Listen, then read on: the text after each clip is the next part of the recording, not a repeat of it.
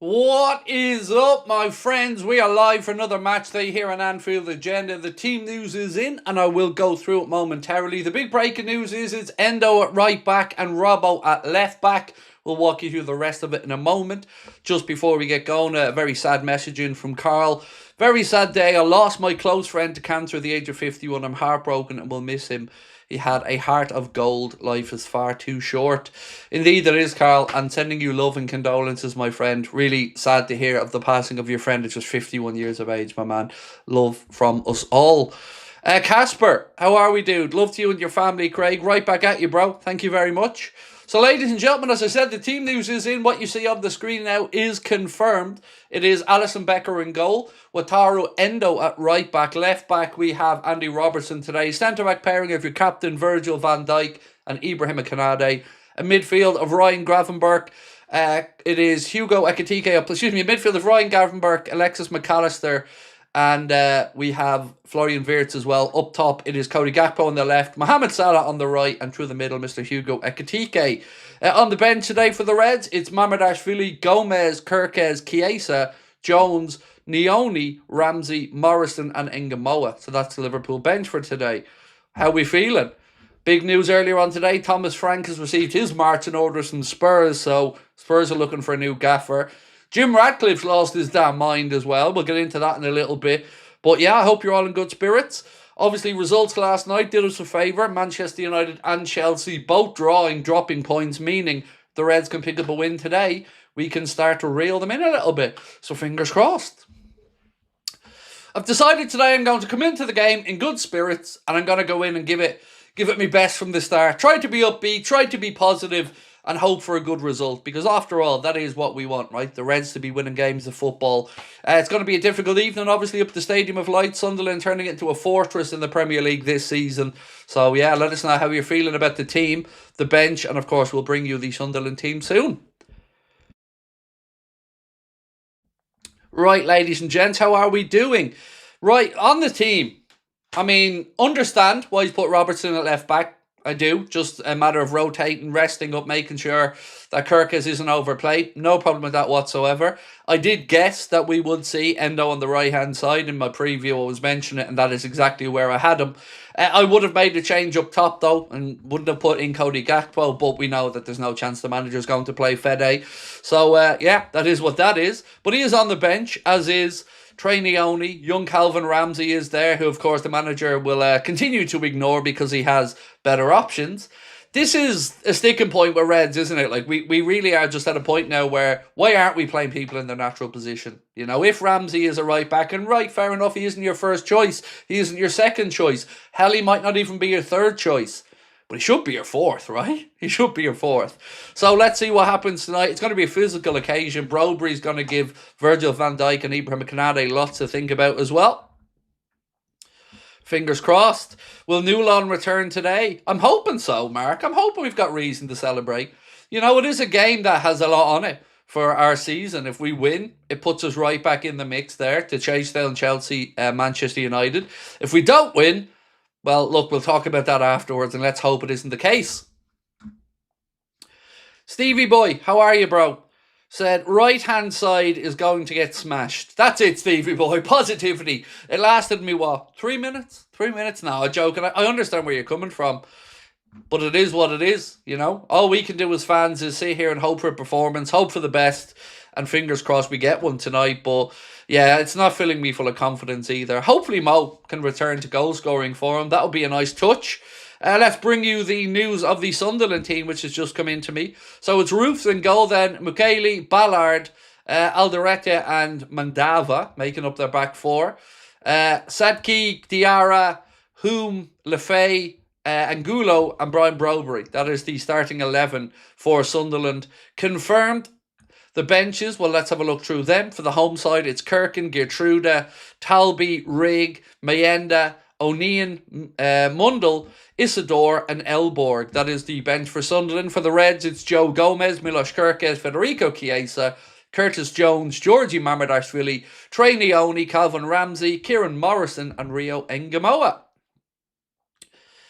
Is he coming at you from the pub? Let's go Reds. Yes, but is he? What's the story with the Sunday roast? Why are you hating on the Sunday roast, Izzy? Lots of people won't know what we're talking about, but Izzy was letting us know in Discord earlier on. She's not a fan of the Sunday roast, ladies and gentlemen. I mean, far be it from me to call out Izzy, but come on, Iz. Who doesn't love a Sunday roast?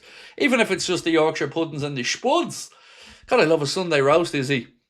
But enjoy your evening. Hopefully we get the result. I think we could all do with some positivity right now. So fingers crossed that we do get the win. Interesting to see Thomas Frank being fired today as well. Don't really blame Spurs for acting. I mean, they are getting, and this is mad to say out loud, but they are getting sucked into a relegation battle. There was, I think there was once a 13-point gap between them and the relegation spots. I think that's down to 5 points now. Interesting to see what happens there, though. Will they give the role on an interim basis to the end of the season, maybe, or will they look to bring in somebody straight away? The likes of Mauricio Pochettino, his name has been mentioned. Oliver Glasner's name has been mentioned. Johnny Heidegger, of course, there at the minute, he could be in the frame for the temporary job. And dare I say it, Liverpool's manager could be in the mix at some point. So don't rule that one out. If Liverpool do decide to act and get rid of Arna, that is a role that he'd been linked with in the past. One that I believe he turned down, if I'm not mistaken, previously. So, yeah, that's where we're at, ladies and gentlemen. That's where we're at. But here's the thing I don't understand, right? Here's the confusing part. How could they fire Thomas Frank? He might win the Champions League. Isn't that the standard? You know, you don't fire him because he might win the Champions League. Yeah, I'm in a bit of a shithouse already, but, you know, I've got to have a few giggles myself along the way. Carl said, I'm worried they will attack us heavily down the right-hand side. I don't think you're the only one. Stevie Boy mentioned it in his comment as well a few minutes ago. It is a worry for us, but, you know, it is where we are. You know, there's no Dominic Szoboszlai. He's obviously serving a suspension after the red card. Surprised not to see Curtis Jones in the starting 11, to be honest with you. But the manager clearly feels Endo is the more natural person there at right back. Corbyn said, no matter how bad it gets, thank God we're not Spurs. There is always that, mate. Yeah, I mean, that's fair enough. Can't really argue with you on that one. Whatever else does happen in life, you look around and go, well, we're not Spurs. So, yeah, there is definitely that. And thank you, mate, for 11 months with us as well. Nearly up to the full year. Phillips, I just can't imagine a scenario of how we win. If we score early, we'll concede at the end. And if Sunderland go ahead, no chance of turning it round. Look, honestly, I don't know what to expect from the game. I went for a mad 3-2 win. It could be a dull, boring draw. But I think it's going to be a physical battle tonight. And that's why I hope we are up for it. I think that's maybe why he's looked to the likes of Andy Robertson, Wataru Endo. I mean, Kirkes is no shrinking violet either. But I think we've got decent options on the left-hand side. But yeah, let's just hope we are up for it. You know, we have to capitalise on the points that were dropped yesterday by Chelsea and United. Especially surprising to see Chelsea drop points from 2-0 up and Cole Palmer miss a sitter from 2 yards out. Now look, I'm not going in on him because he missed the sitter, but I have been saying for many years, I do think he's a little bit overrated, Cole Palmer. People have been talking to me saying, would you love him in the Liverpool team? The answer is no. I genuinely wouldn't. I think he's a decent player, but I think the hype that he gets is too much. Carl said, can we do a poll, Endo or Ramsey at right back? Sure, yeah, no problem, Carl. We can do that. Let me just type it out there for you, bro. So, who would you have started at right back? Right, so who would you have started at right back? Calvin or Endo. Right, so who would you have started at right back? Calvin or Endo? Izzy said it'll be 0-0, watch it. Oh, I can't be sitting through a 0-0, is not midweek. No, can't be sitting through 0-0s. So yeah, we'll check in on that poll and see how people are feeling on the situation with the right back. Would you have gone for Calvin Ramsey? Would you have gone for Wataru Endo? I probably would have gone for Ramsey personally, but I got to be honest. You know, I always try to give you an honest view. I can understand him going for a more seasoned, battle-hardened player. If he thinks it's going to be a physical battle out there, I can understand that side of it. But I also understand that it is limiting us somewhat down the right-hand side, because I'm not really expecting Endo to be bombing forward and putting in crosses or making underlapping runs. So, yeah, I do understand the concerns on that side. But again, I'm just trying to play devil's advocate here and think of it from the manager's perspective. Sorry, the head coach's perspective. Phil, how are you, bro? Said, how has Thomas Frank been sacked, but Slot's still going strong? Did you hear the latest one, though? And I honestly, I had to, in Discord, I had to just say I can't be doing with it. Like, I just can't. He said he's hoping that Liverpool give him a bit of breathing room if he doesn't get Champions League qualification, because they backed Jurgen Klopp when he didn't get Champions League qualification. I don't need to be the one to say this out loud, but I'm going to be again. You're not Jurgen Klopp, Arna. You just aren't. And to try to compare the situations, I think it's just a fallacy. Jurgen, yes, he had some seasons where it wouldn't have gone how he would have wanted it. And it was frustrating for all of us. But there was always, always, always a belief he would make it better. He would turn it round because of what he built. And to try to suggest that he deserves the same backing or the same buy-in as Jurgen, I just think is nonsense. Because what Jurgen inherited and what he built to bring us back to the top table is why he got time. Winning a league title and then turning it round and going backwards when you've been given money and your own players, that's not a good look. So I don't for 1 second think he deserves the same amount of patience as Jurgen Klopp. But again, I ain't in charge. I'm only a fan giving an opinion. Evening all, Gakpo starting again. See, I didn't miss it, David. I didn't miss it. I froze the screen just to make sure I didn't miss the comment, bro, when it came in. Because I don't know what it is, man. I get all your membership chats, but I seem to be jinxed missing your super chats, dude. But yeah, again, is there anyone surprised, really, that Cody's starting the game? And to be fair to Cody, it's not like he's terrible. Not at all. But if you're Sunderland and you're setting up, you kind of know what you're going to be facing, really, don't you? Camel Deep, always lovely to see you, bro. Thank you so much for being with us as a member for 15 months and for your general good vibes in the chat, bro. Fallout with Curtis Jones should have started, calling it 2-3. It does, you do wonder, Camel Deep, mate, you do wonder, was there something between him and Jones? Because for Jones to have even considered a move away in January or to even be talking to Inter Milan, the idea of Jones leaving Liverpool, it doesn't sit well, does it? You know, it feels like something may have happened. And again, I say may have because I really don't know. But we know what Curtis Jones, thinks of Liverpool, how much Liverpool means to him. So yeah, it's been a strange one because I don't know if it's coincidental or I don't know if maybe I'm looking at this wrong, but it does feel like recently he's been getting less opportunities, Curtis. Oh, I swear on, I don't know, whatever is important, that I didn't see this comment, but there you go, straight away. Jones is suddenly permanently on the bench, possibly after the fallout on the field. Also almost left to Inter. What do you think? I think probably the same as your good self, that it's not a coincidence. I don't really believe in coincidences. And it's yet another player who, at least hypothetically, we feel may have had a disagreement with Arna over the direction of travel, shall we say. We've had Salah, we've had maybe Curtis. There's definitely been a few others. I mean, Tyler Morton was speaking today. I don't know if you guys, he's been quoted. But let me read out what Tyler Morton said, because I think that again gives an insight into why we're not seeing players coming through. And look, I'm not trying to sit here and say Tyler Morton is Steven Gerrard reincarnated, but he was always somebody that did his role well when he was given a chance. Now, whether he'd ever have become a mainstay in our midfield, I'm not sure. But he was certainly a valuable asset to have around. But this is what Tyler had to say about why he left Liverpool and moved over to Lyon. He said, with Arne Slot, I didn't play as much as I wanted, even though I was ready. It was his decision and I took it calmly, had to find another path. I think he thought I was a good player, but I didn't feel the trust that was there. I didn't feel that trust was there much. In my opinion, The limited opportunities were down to trust and not ability.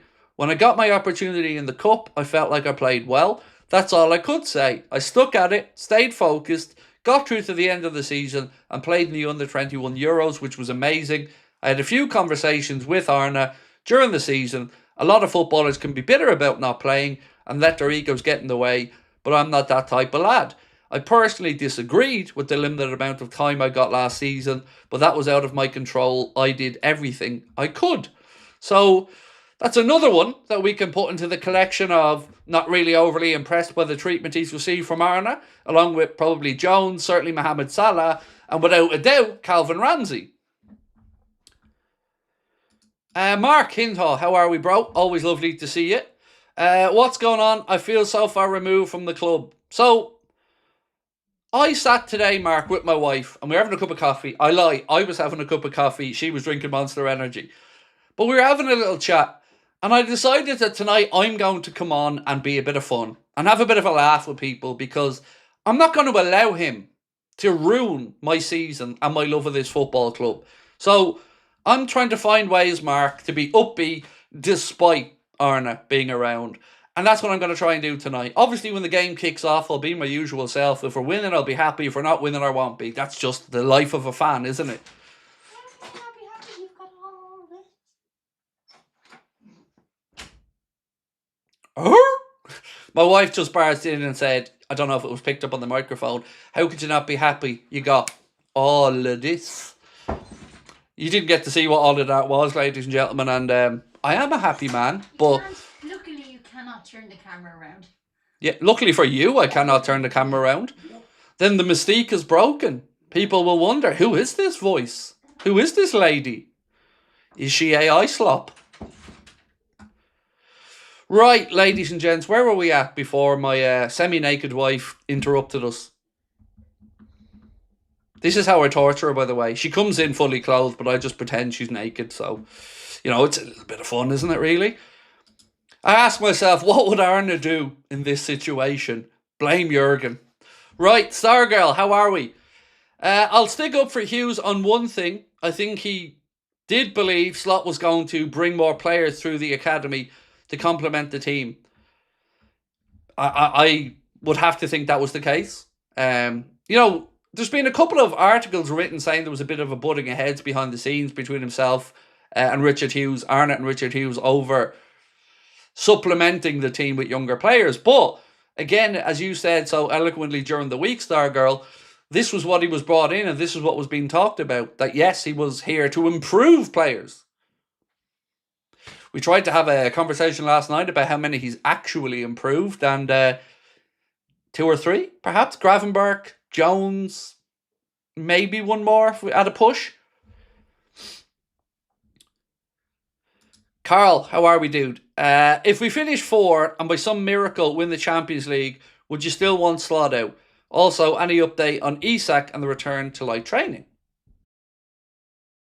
So, I've always been consistent on this one, Carl. On the Isak thing, no, I don't know. Sorry, mate, on that one. I do owe you an explanation on that one. I did start to look into it, and I will, Carl. Apologies, I haven't got a better answer for you on the Isak situation just yet. But let's get round to the other part of it on the Champions League miracle. In that scenario, would I want him fired? No, because I do think it would be really unfair for a manager to have won a Premier League and a Champions League in back-to-back seasons and be fired. But here's the kicker, and here's the important part of my sentence.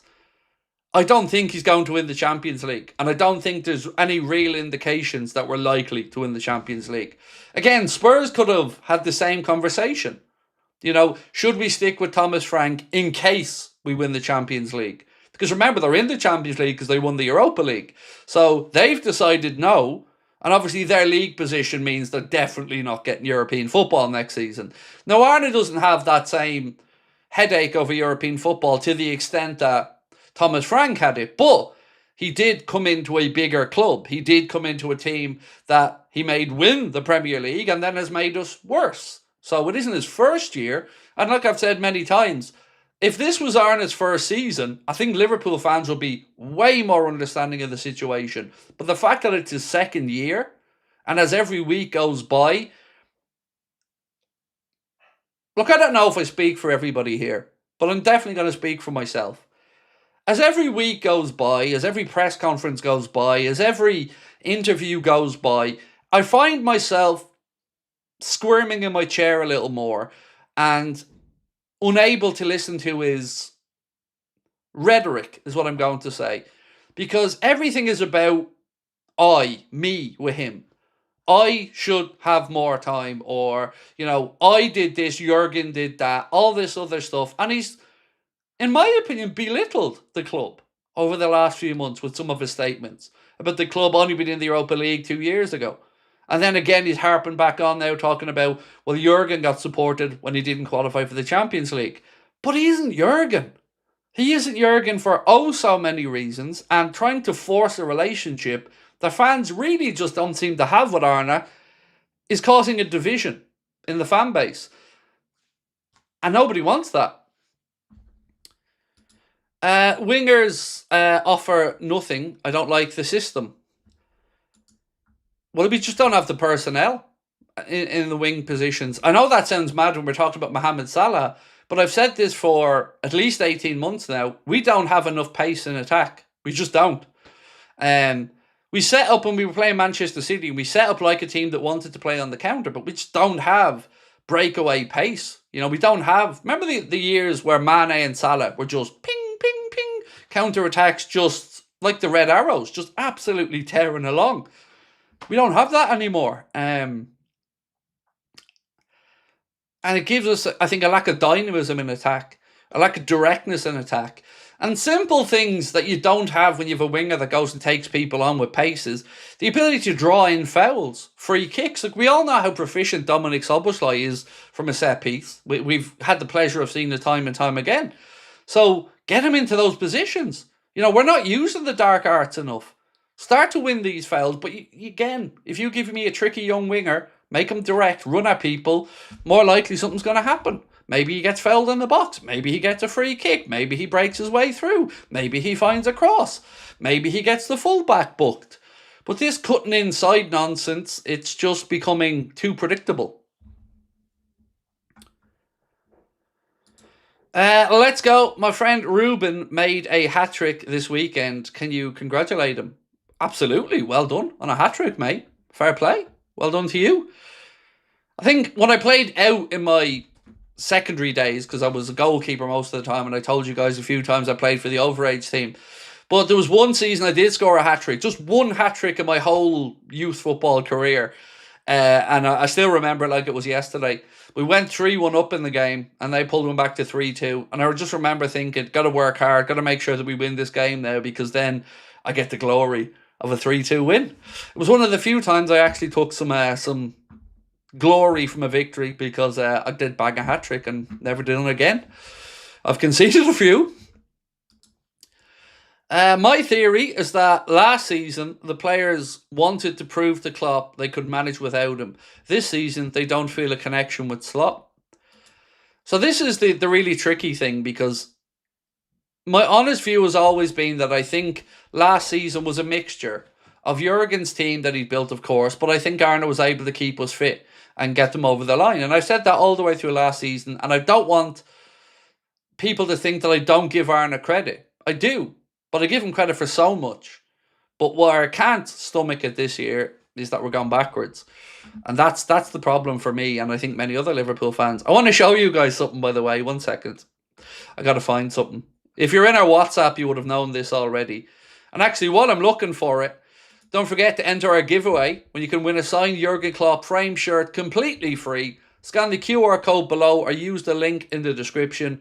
We're giving it away with thanks to our friends at the Collectors Corner, and you can also get yourself 20% off anything you like from thecollectorscorner.co.uk by using our discount code Anfield Agenda 1 at checkout. There it is.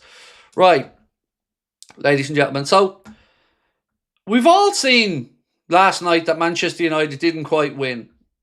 And we've all seen that there was a young man who needed to have his hair cut. And it was right on the verge of it. Now, I don't understand what all the fuss is about. I been there, done that, Why do you think I'm bald now?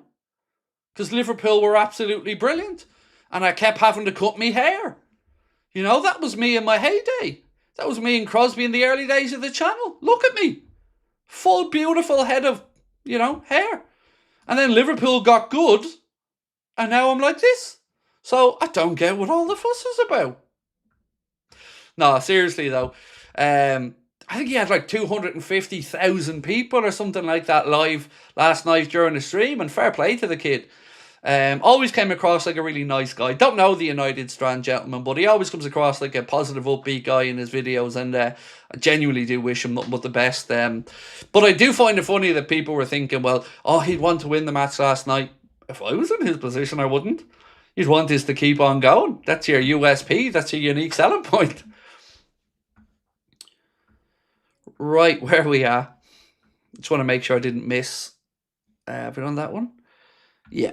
So on your point, Rob, about last season, I just think it was a beautiful surprise. That's the way I looked at last season. I wasn't expecting it at all, that we'd be talking about Liverpool winning the Premier League last season, but we surely did it, and that's what's made this season feel so weird. It's like last season should have been this season should have been last season, but... Phil Wright, welcome to Anfield Agenda FC, Phil. Appreciate you, mate. Thank you so much for joining. Right, let's check in on our poll, ladies and gentlemen. Who would you have started at right back is what we asked. We've had 1,500 votes, and 72% of the chat would have gone for Calvin Ramsey.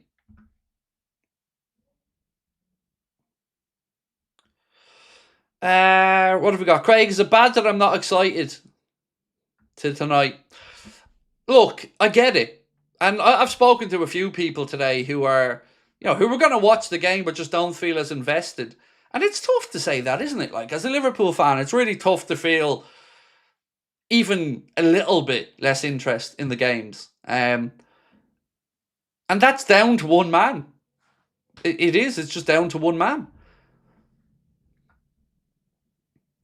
K Hunt, how are you, bro? Said Craig, if this season was last season, would Slot have gotten more understanding?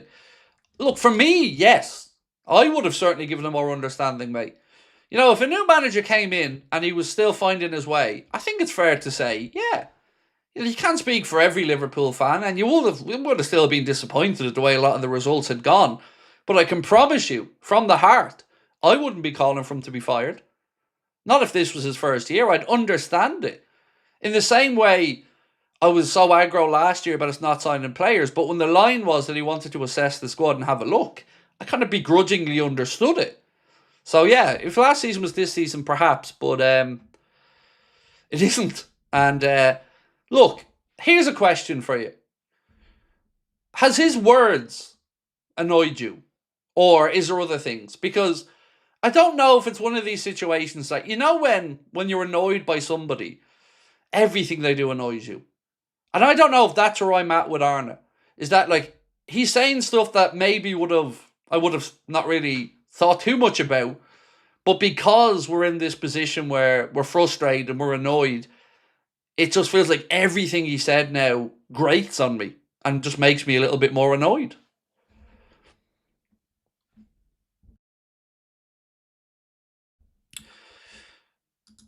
Sunderland fan, coming in peace here. You're always welcome in, bro. Honestly, don't ever have to feel like you're coming in peace. You are more than welcome in, bro. And it is truly, and I mean this from the bottom of my heart, truly a pleasure to have Sunderland back in the Premier League. What a fan base, mate. What a fan base. Absolutely loving this stream. Class vibes, and you seem like a top bloke. Had me in stitches. Best of luck. Same to you. Sincerely, man. Everybody that loves football was following Sunderland's climb back up. And you came to Anfield, and you won't find a fan in our chat who didn't think you deserved something that day. Sunderland were brilliant. They played with passion, and I use Sunderland as a lovely example of a club that made more changes than we did, but it's just better coached. Because, some of the chat in our fan base, mate, has been, was there too many changes? Is that why the team's been disjointed this year? And if I remember correctly, I think Sunderland made 13 or 14 changes in the transfer window coming up to the Prem. And they seem to be getting on just fine. They seem to be understanding the instructions from the coach. So I mentioned it during the watch-along of that game as well, that it just looked like they were a better coached team than we were. So yeah, I'm not expecting this to be an easy night for Liverpool at all tonight. But I know I do speak for everybody when I say welcome back to the Prem. You know, you're very, very much missed and very much deserving of being up in the Premier League. An absolutely great fan base. Right.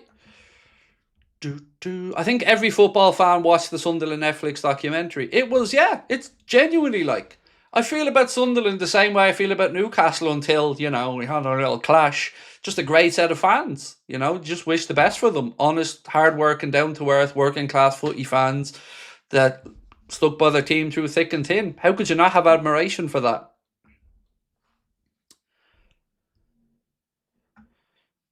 As I said, I'm coming in tonight to be positive, you know, because we need it. I know my community needs it. You don't need an angry me coming on here being negative. I want to be positive. I want to be upbeat. I want to be supportive.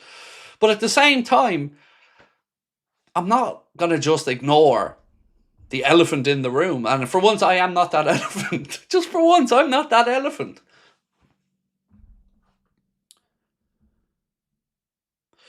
Craig, please play another record and leave Arneslot alone. Try harder, mate. Truly, try harder. I have no... See, here's the thing. You're telling me to stop with Arna, right? And stop calling him out or stop moaning about him. I have no problem with you being supportive of him. None whatsoever. I respect your opinion. And you haven't come in to troll. You haven't called me anything. You just said change the record. That's all right. I get it. But I feel like there's more of me than there are of people being behind the manager. And here's my thought process. For me, if people want to give Arnold the season because they think he earned it from winning the Premier League, I understand that thought process. I disagree with it, but I respect where they're coming from. For me, you know, I can't change how I feel, and I feel how I feel. Simple as that, really. I'll always be respectful of genuine opinions who want to back the manager. You know, you will have my respect. I don't feel the same way, unfortunately.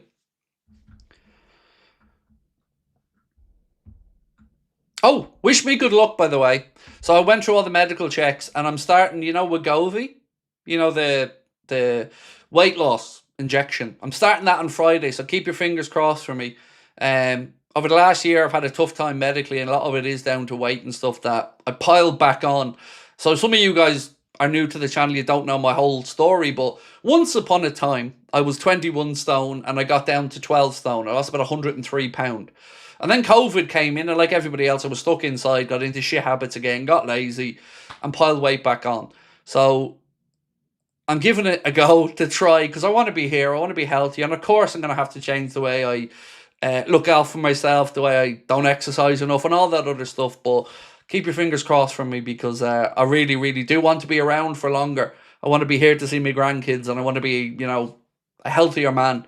Because my own father passed away at 45. I'm 44. Now, thankfully, I don't have the same fondness for the old drink that he had. But, you know, I want to be here a bit longer. I want to break the cycle. My last two generations above me, my father died at 45. My grandfather passed away at 37.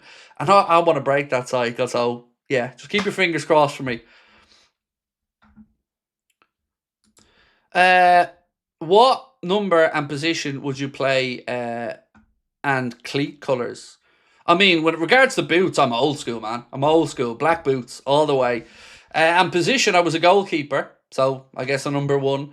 But I was a left footer as well, so sometimes when the team age group above me was stuck, I used to go and play left wing for them if they hadn't got enough numbers or whatever. But yeah, goalkeeper was my position. And there's a simple reason why I didn't make it, like, I wasn't good enough. It wasn't good enough. I played at quite a high level, but ultimately I wasn't good enough. Poor Calvin Ramsey and Rio again. Is Georgie going to start the FA Cup?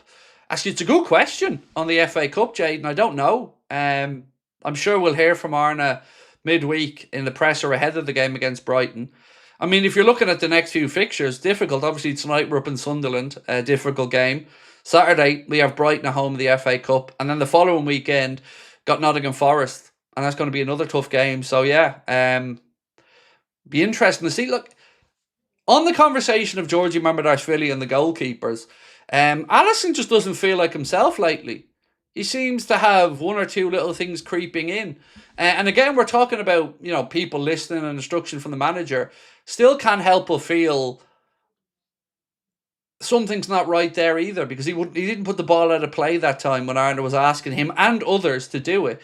It just, for the first time ever, I have a few little niggles about Alisson, and God, I never thought I'd say that, because in my lifetime he has been nothing short of the best goalkeeper I've seen by a long, long way. So certainly has more than enough credit in the bank, but it just doesn't seem himself at the moment, and I hope it's just a temporary thing.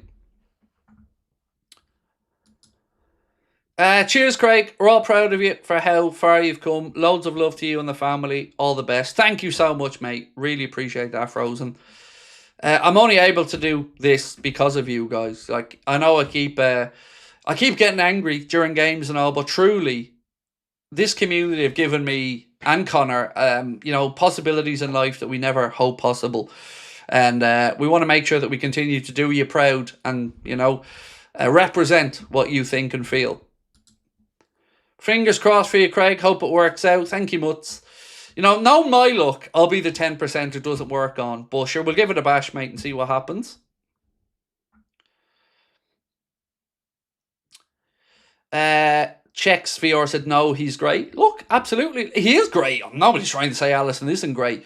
But look, I know there are people in the chat who are just going to be counteractive to everything I say to try to bait me. But it ain't going to work today. And I don't want to turn my chat, because I have an option of turning on member-only chat, and you won't know that I've done it. It'll still show it in the public. But I don't want to do it. I want everyone to have a chance to have their say, and I don't want to restrict it to member-only chat. So, just simple thing. Just please don't be an asshole.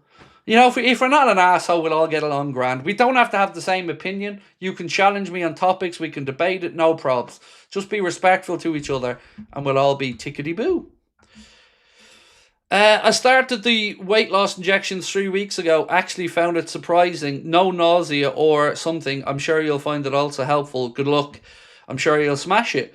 Yeah, well, again, like yourself, I'm hoping that the potential side effects are at a minimum.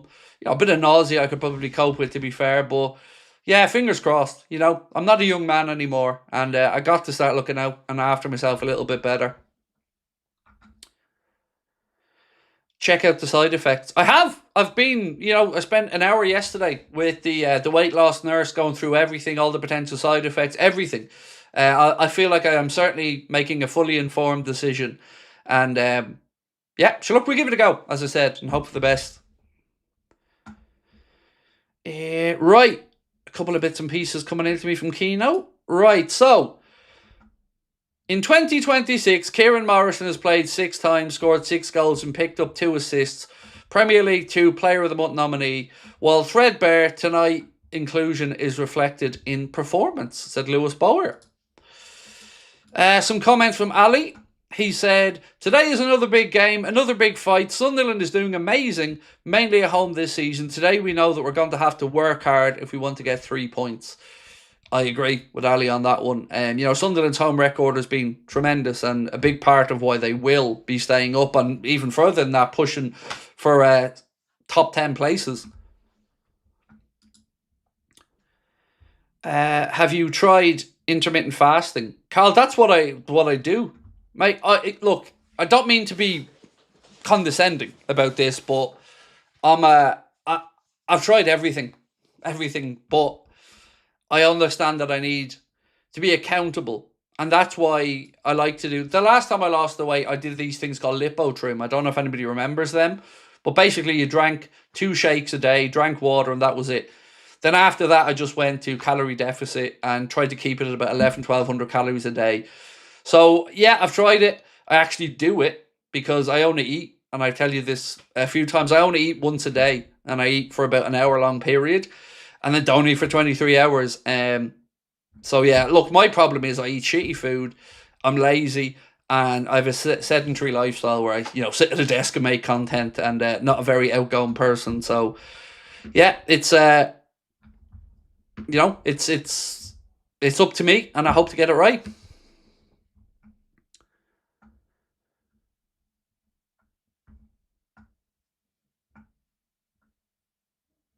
Ramsey, Gomez and Kirk is on the bench, yet he plays Endo. It is an interesting one at the right back situation. Like, we had the poll that Carl asked us to put up earlier on about, who should start in the position. And people were going for Ramsey, but I don't know. Of all the things that has happened this season, this is the one position I absolutely have sympathy with Arnott on.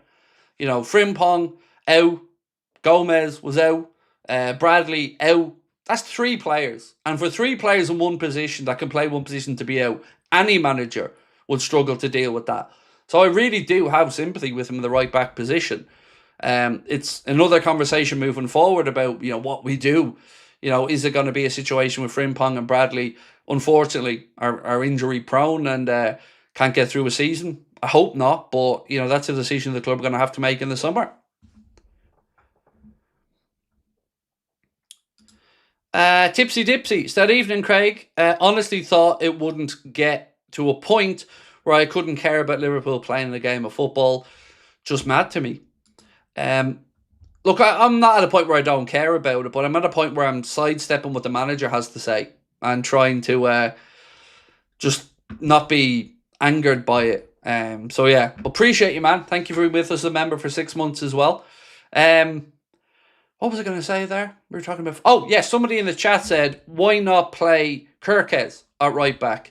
This is a fair conversation, We've kind of touched on it a few times over the last week. I wouldn't be against an inverted full-back in an emergency like this. I guess the other side of it is, let's say one of your left-backs gets injured then you've got one full-back, to play on either side. So the idea, absolutely not a silly one at all, but... the likelihood of it happening, would you roll that dice if you were Arna right now? I probably would, to be honest, because I feel like my job is on the line if I'm in his shoes. Nice to see Endo and Robbo playing Let's Go Reds. So here's what I would have done a little bit differently. I would have put, if I was picking this team, Curtis Jones at right back. Now, in my preview, I put in Endo because I thought that was the most likely scenario. I would have put Jones at right back, and if you needed Endo, put him into midfield. Put him into a position where we could use a bit of physicality. Because Maka hasn't been pulling up any trees this season, and yeah, that's my thought process on it. De Zerbi resigned at Marseille. I wonder why. That was yesterday, mate. That was yesterday. And he resigned because he was going to get fired, in all honesty. Like, don't for 1 second believe that nonsense Romano came out with, that it was an amicable parting of ways. No, he had his ass whooped by Paris Saint-Germain. He didn't get them through in the Champions League, and that's why he was going to be fired, and he stepped aside. But everyone has to pretend, that everything was great, and it was just a coincidental decision that both of them made together. He seems to have these fallouts at a lot of clubs, De Zerbi. And if I'm Spurs, I'm absolutely staying away from bringing him in. There's a lot of talk to Pochettino, could be headed back there. But yeah, let's wait and see what happens. Right, ladies and gentlemen, a couple of quick things. As always, appreciate you guys being here. If you are new to the channel, please do hit that subscribe button. Don't forget to drop a like as well. We have a brilliant record of managing to get 1,000 likes before kickoff. So every single one of you that hit that like button helps out. And as you can see, bottom corner as well.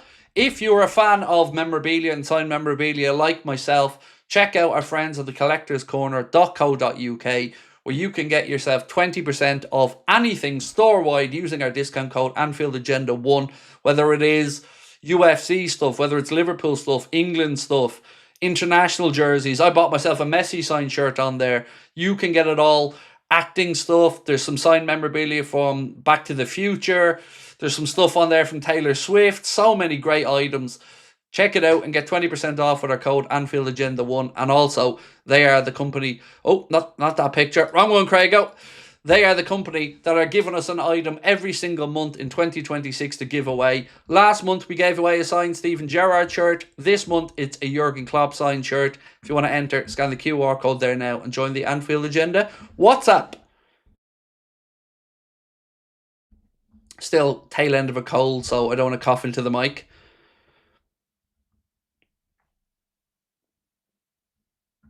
Can you do a poll for Arna or Thomas Frank? No, because that's like saying, would you like an ingrown toenail or an ingrown pimple hair?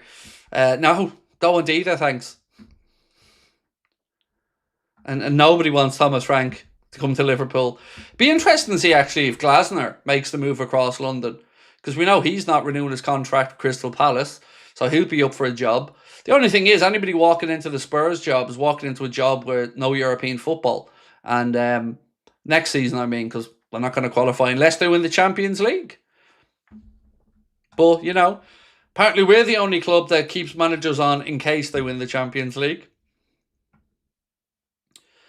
Can I win the giveaway if I'm outside Europe? Absolutely. The winner of the Steven Gerrard shirt went to America. I think it was Texas, if my memory's right.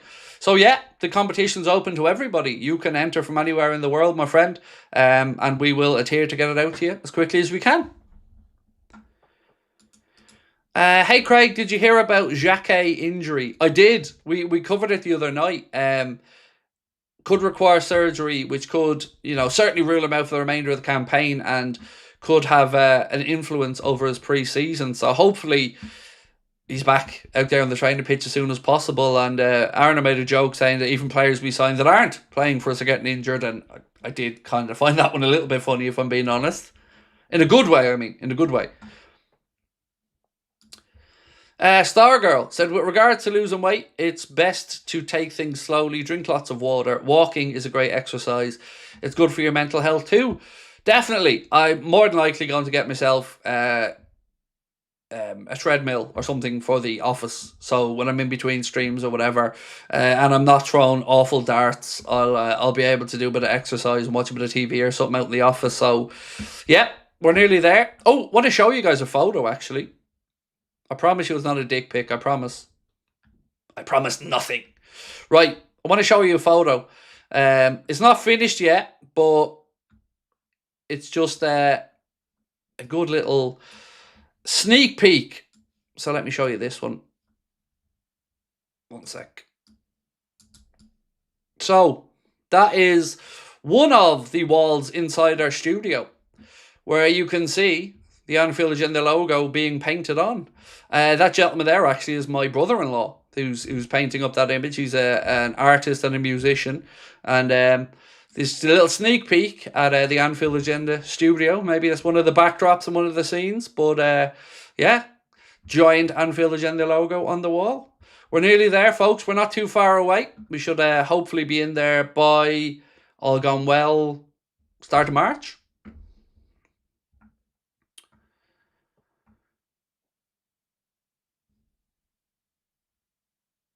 You can get bikes to go under the desk so you can pedal while you work. Yeah, I've seen them. No, I think I need something a bit more sturdy, you know. So I'll probably get myself a treadmill or a cross trainer or something like that.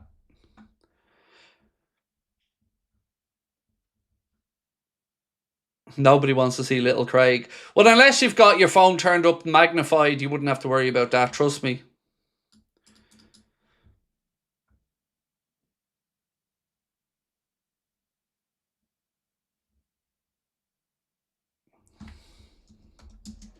Sorry, my wife just messaged me. I'm just messaging her back.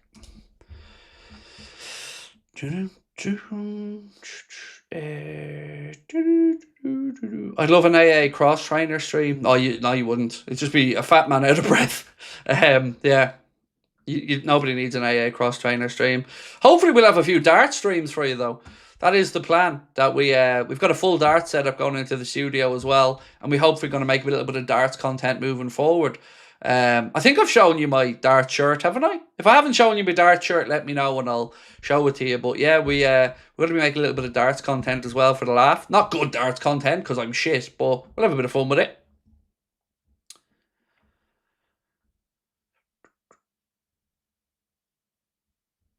You need one of those fold-out phones to see little Craig. It's funny because it's true. My wife, genuinely, my wife has one of them fold-out phones.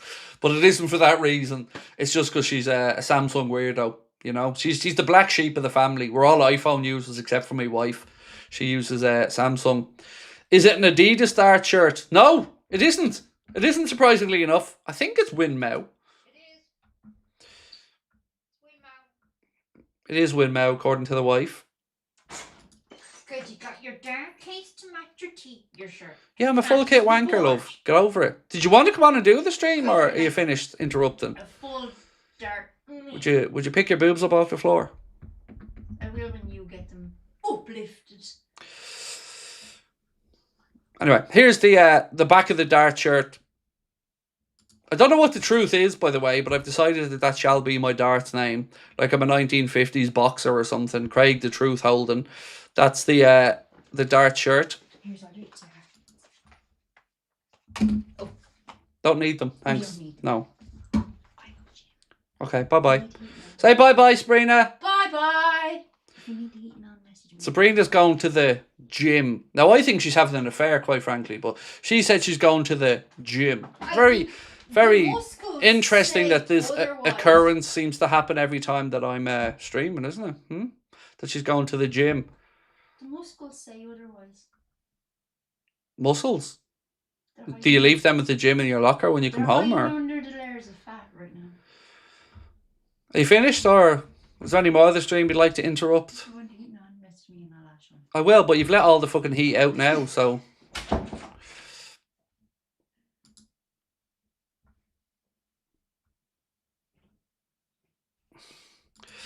Would I be welcome to do a shit dart stream with you? Yeah, of course, Izzy.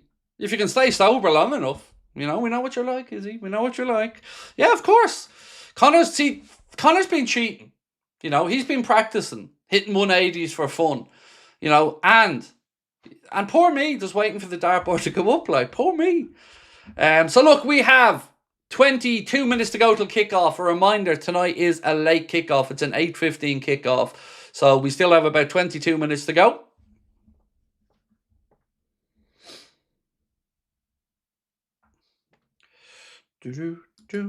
Someone said women should be seen and not heard. Craig, now. There isn't many people in this world that I am scared of, but my wife is one of those people. I'm not joking with you. You know the streamer Angry Ginge. He's dropped into our chat a few times. My wife is the real Angry Ginge. Like, genuinely, she is the real Angry Ginge. I have her on my phone saved as TLH, tiny little human. She's 5'2". She's about 8.5 stone, and she's like itty bitty tiny. So yeah, she's the real Angry Ginge. Trust me. I'm like the final boss. If you get through Sabrina, you get to me. But not many people manage to get through the tiny little terrier. The gym next you'll hear, hello, Jackie on stream. Yeah, I know. Gaim. Sorry, Simpsons reference. Gaim. Gaim. Semenyo scored again, by the way. Oh, yeah. He's turned into a good signing for them, isn't he? Elmir said, who's Jim and why are you going to see him? I know. And unlike me, Jim can last a whole hour and 40 minutes because that's how long she's there. So I don't know who this Jim lad is, but he's a goer. Unlike me. Apparently it's 1-0 to City. Look, respectfully, that's too far up the league table to be our business at the minute. You know, we're up there fighting with Manchester United and Chelsea for 4th and 5th. So, you know, they dropped points last night, which makes tonight a big night for us because a win closes that gap. More points dropped is another opportunity missed. So fingers crossed.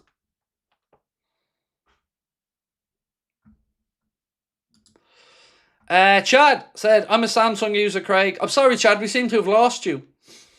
And this, another Groundhog Day. Excited for the game. Disappointed after. Nice dart shirt. Thank you. Yeah, look, I swapped over to Samsung about 3 years ago. And I'm not joking. I think I lasted 48 hours before I sold the phone and went and got myself another iPhone. I will say the camera on the Samsungs is brilliant. Absolutely brilliant. And the Google AI and stuff is just light years ahead. But everything that I have, Chad, is in the Apple ecosystem. So I use an iMac for streaming. I have an iPhone. obviously. I've got my iPad Pro. Or no, it's not a Pro, it's an iPad Air. Excuse me, an iPad Air. And everything ours uses in that app. And so is Connor, so it makes it all easy for us. Did Sab still need some Build-A-Bear clothing? Yeah. I'm glad you remember that one, Izzy. Thank you. Because that's where my wife does shop for her clothing, at Build-A-Bear. Sometimes it's a bit too loose for her, though. No, she genuinely robs my son's clothes now.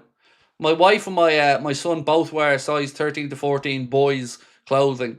And it's great, because one day she'll be wearing Lucas's Liverpool shirt, the next day she'll be wearing her own Liverpool shirt, and one is long sleeve, one is short sleeve, but they're all the same size, so they're robbing each other's clothes now. I can't obviously fit in a 13-year-old boy's top. It's a tiny bit snug on me.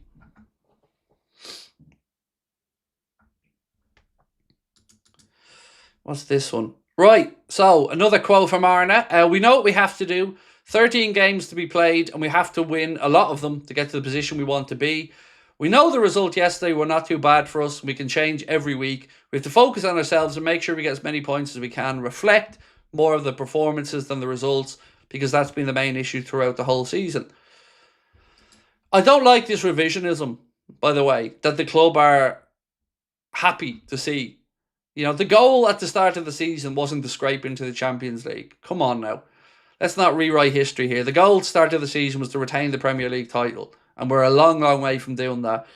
And again, Champions League qualification is important. But it's more important to the owners than it is to fans. Because we want trophies. That's what this club's about. Winning trophies. You know, not scraping into competition so the owners can get the money for it.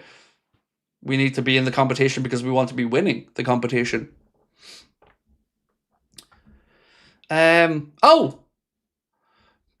Real Madrid have officially left the Super League project.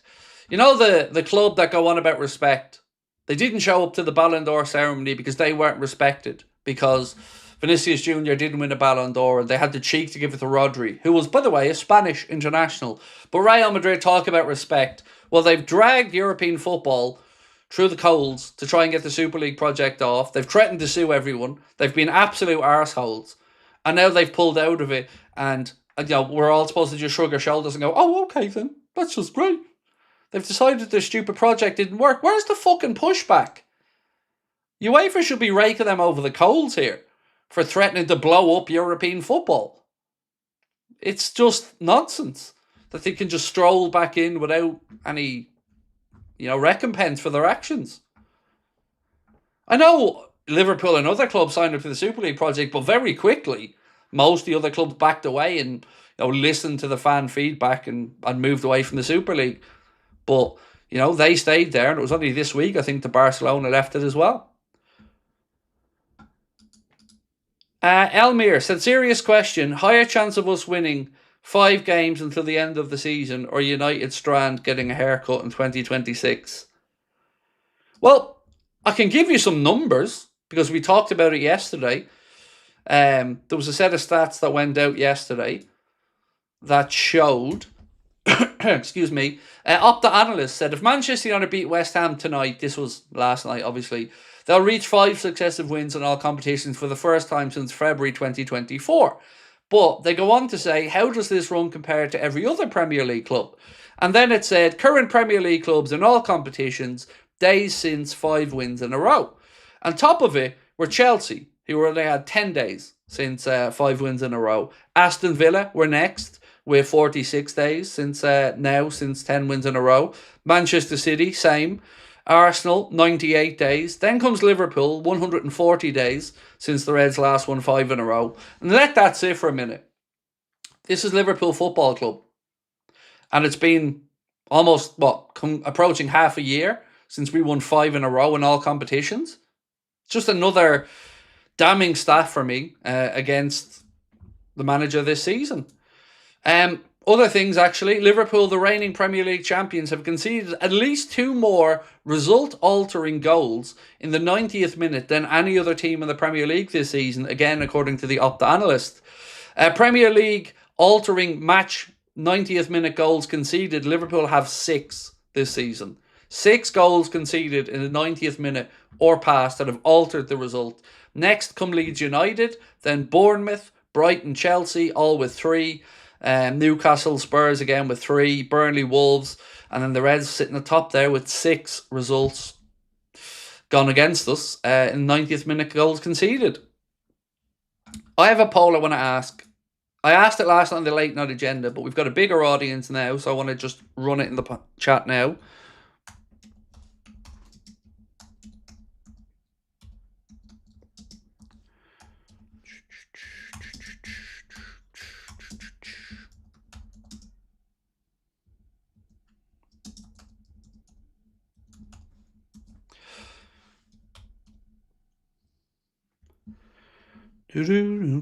Right, so we asked this last night, and I'll give you context for the question now. But what I'm asking is, will Mohamed Salah leave Liverpool this summer? And the reason why I bring it up is because there's been a few reports this week. One of them from Foot Mercado's journalist, Santi_J_FM, who said Al Ittihad have opened talks with Mohamed Salah's representatives over a potential move next summer. The piece goes on to say that Salah and his agent are in discussions with Al Ittihad, and unlike last year, Salah is much more open to joining the Saudi Pro League. And they go on to say this solution could suit all parties. And on top of that, we know that Cristiano Ronaldo apparently still throws his toys out of his prams, earning £500,000 a day. Just let that sit for a minute. Ronaldo gets paid £3.5 million a week, and he throws his toys out of the pram again because he hasn't won the Saudi Pro League and he doesn't feel that his team, Al Nassr, are being backed enough. So he's gone on strike at one point, and now they want to bring in Mohamed Salah to become the face of the Saudi Pro League for a mere 1.2 million quid a week for Mo. I mean, pittance really, isn't it, for the great man? 1.2 million quid a week. No, but seriously, it got me thinking, is this going to be the summer where Mo does depart Liverpool? And the reason that I'm talking about it is, if it is going to be the summer, well, I think we want to know, right, as fans, because we want to make sure that we can give Mo the send-off he deserves. You know, if Mo was going to leave in the summer, I hope it isn't a situation where at the end of the season, you know, we all say goodbye and then everyone just goes on their way and then it happens. You know, be nice for the fans to know, because he deserves the mother of all send-offs, you know, the mother of all thank yous. He is one of the most important figures in Liverpool's recent history. So if he is to depart this summer, I hope Liverpool fans get to say a proper goodbye in a proper way, because, my God, he deserves it.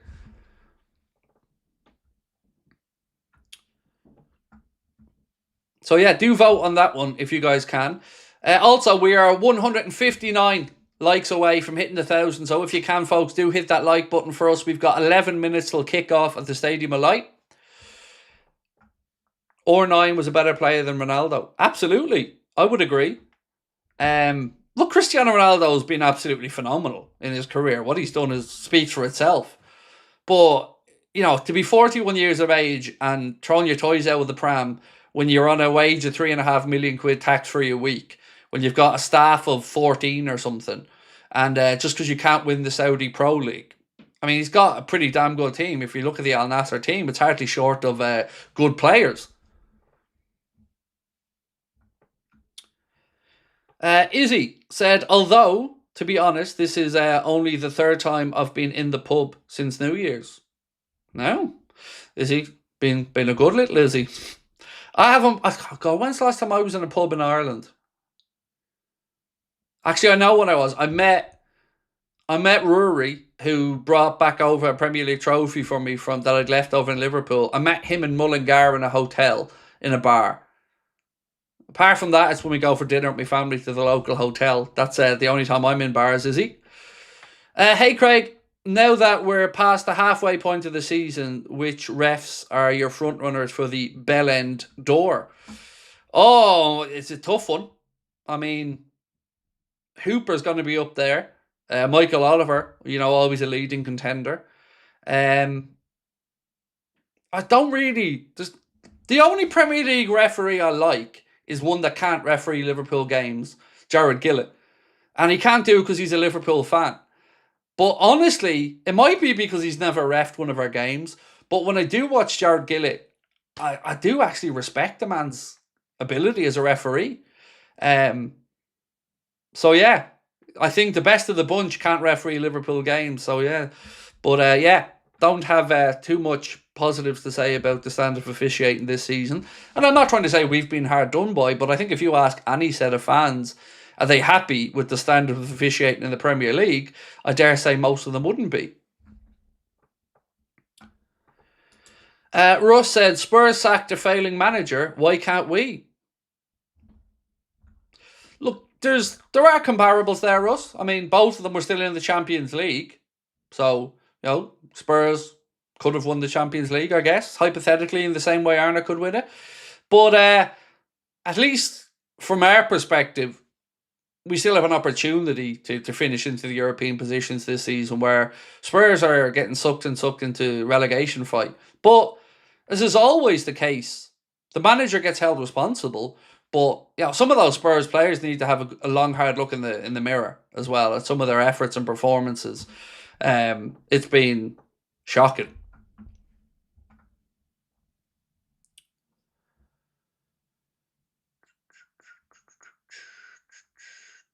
Mangled Badger, what a name. Hey Craig, long time. Sorry I haven't chatted recently. Was invited to a wedding in India along with the mother. We were the only two Irish amongst about 400 Indians, but it was brilliant. Nice one. Glad you had a good time. Never had the pleasure of visiting India yet, hopefully in the future. But if there's one thing the old Irish do well, it's, liven up an old wedding. So I hope you had a great time over there, my friend. And lovely to have you back in. I never cringed watching Jurgen interviewed. Yeah, I get that feeling, Emmanuel. I get that feeling. It's, look, it's at that point with me where, like I've said to you before, honestly, I can't even listen to his pressers anymore. I just read the transcripts because I'm beyond saving at this point. I just think I am. I think the best it'll get from me if he turns it round is that I'll just shut up moaning about him. And enjoy Liverpool doing well, because that's what I want.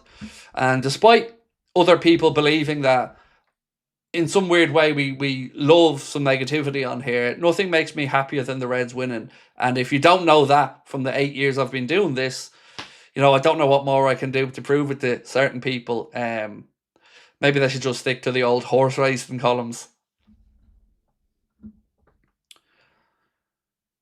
Enrique from PSG should be our next manager, said Jay Divine. I'd love him, Jay. I'd love him, mate. I really would. I think he'll sign a new contract to Paris Saint-Germain, bro, but he'd be ahead of Alonso for me anyway.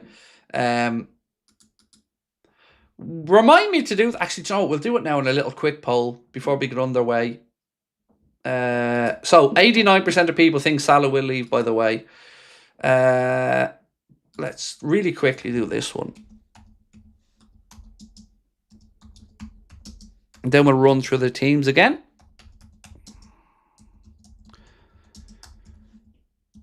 Right.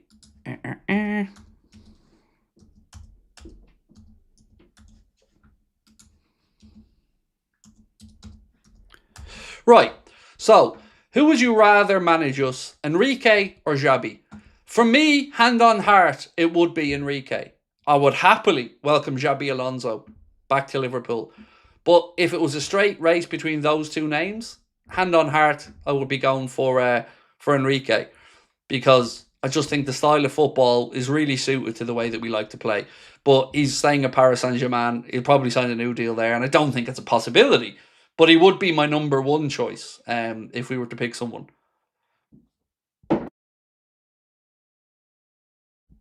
Right, folks, teams are in the tunnel, so let me run through the 11s for you again before we get underway tonight. Start off with the home side. It's Roofs in goal, then Mughali, Ballard, Alderete, Mandava, Siddiqui, Diarra, Hume, Lefay, Angulo, and Brian Broberry. That is the attack and the setup for Sunderland. For the Reds, Alisson in goal, right back Endo, left back Robbo, centre back pairing tonight, your captain Virgil van Dijk and Ibrahim Kanade, a midfield of Alexis McAllister, Ryan Gravenberch and Florian Wirtz in the 10, Mohamed Salah on the right, Cody Gakpo on the left, and everybody's favourite, Mr. Hugo Ekitike through the middle. The bench for the Reds tonight looks like this. Actually, we'll start with the home side. Kirkin, Geertruida, Talby Rigg. Definitely keep an eye on Chris Rigg if he comes on. Very promising young wide player. Mayenda, O'Neill, Mundell, Isidore, and Elborg. For the Reds, Gomez, Kirkes, Chiesa, Jones, Mamadashvili, Nioni, Ramsey, Morrison, and Engamoa. That is the Liverpool bench. So do keep voting in our poll, by the way, folks. We'll leave it running a few minutes into the game. And again, one more time before we get underway, don't forget to enter... Oh, I keep pressing the wrong button. Don't forget to enter our giveaway where you can win a signed Jurgen Klopp frame shirt completely free. Scan the QR code below or use the link in the description for further details. Thank you to our friends at the Collectors Corner as well. Make sure that you give them a follow across all social media, including Instagram. And if you'd like to treat yourself to something from thecollectorscorner.co.uk and get 20% off, you can do so with our unique discount code Anfield Agenda 1. This is going to be a tough game for our centre-backs tonight. Brian Brobry is a physical centre-forward who likes to put himself about, so it'll be interesting to see how Verge and Ibu deal with him. Craig Fellaini. Yeah, I was bringing this up because, you know, I don't know what all the fuss about hair is, you know. Been there, done that.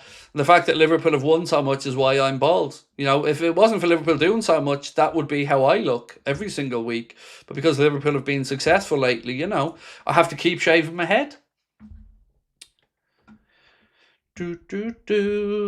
Hugo Ekitike.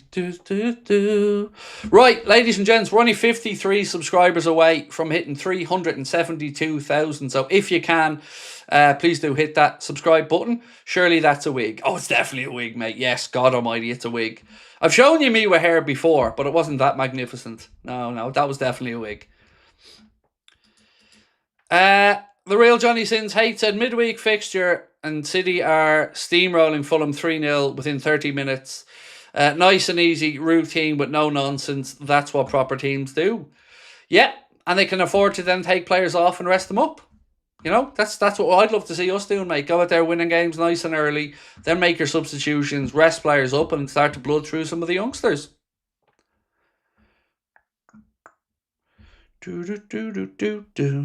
Don't forget, we will have our match reaction and player ratings video coming up late tonight as well.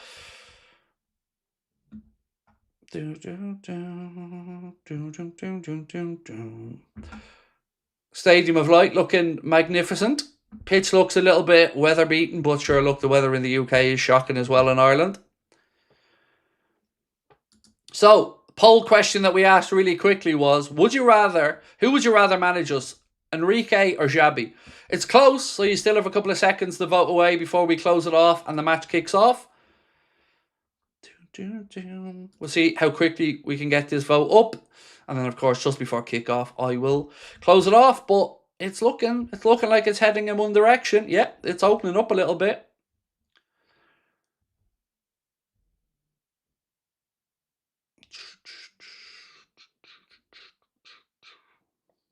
Love your optimism, Craig. Gotta have a little bit, mate. Gotta have a little bit. Right, so almost there we go. 1,300 votes, and 55% of people in the snap poll that we just ran said they would rather Xabi Alonso in than Luis Enrique.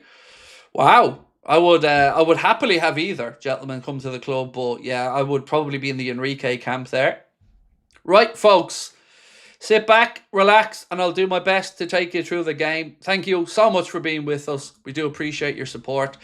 Everybody who comes in really, really does make the channel what it is. So thank you for your time. Thank you for joining us this evening. And fingers crossed, the Reds can get the result. Right. Oh, there's already a beach ball. No, got flashbacks. Jesus, no beach balls. There was one behind Ali's goal. And yes, I'm old enough to remember. Right, we're underway, folks. We are underway. Sunderland kick off, go straight back to Roofs, and he launches the ball long upfield.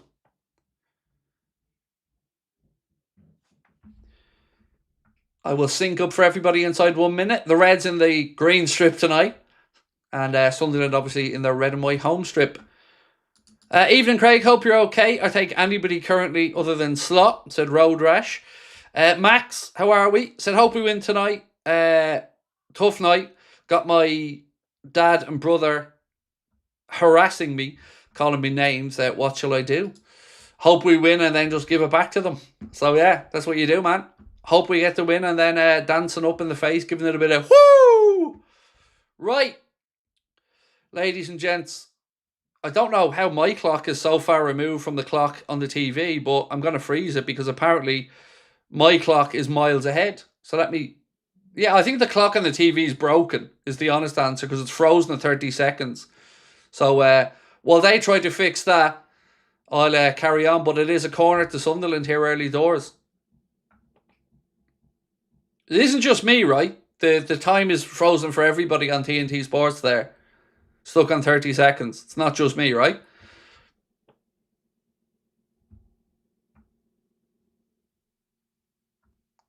Right, we've got a corner to defend here early doors. They go short with it.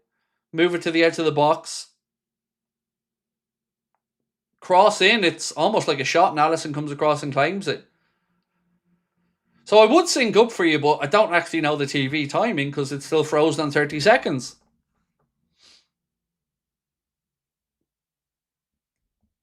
Ball back to Canade. Canade across the alley. To Virgil. As you would expect, Sunderland closing us down. Ricochet off Andy Robertson, but the offside flag was up, thankfully, because Broadbury looked like he might be through.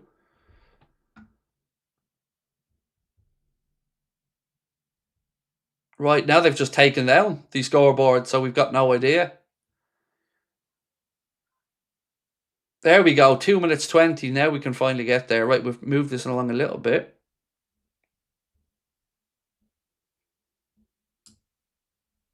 There we go. I think I'm 1 second ahead, so 1. Cool. Now we're in time. Right, Wirtz. He cuts back inside. He's dispossessed. Free kick, Sunderland. I'll sync up for everyone at 3 minutes just so we can finally get a TNT Sport, have their clock working now.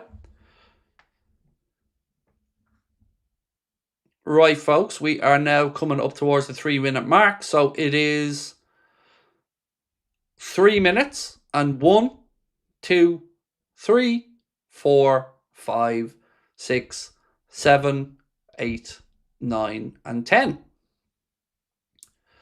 Right, Sunderland go long and direct with a free kick. Out comes Allison. Good, decisive goalkeeping. Gets a strong fist on it. Ball goes out for a Sunderland throw in far side of the pitch.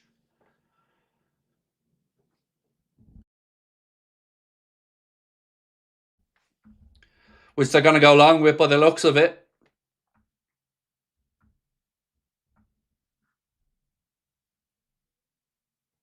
Yeah, Hume drying off the ball. He's going to go long here with the throw in. No, he doesn't. Again, they change it up.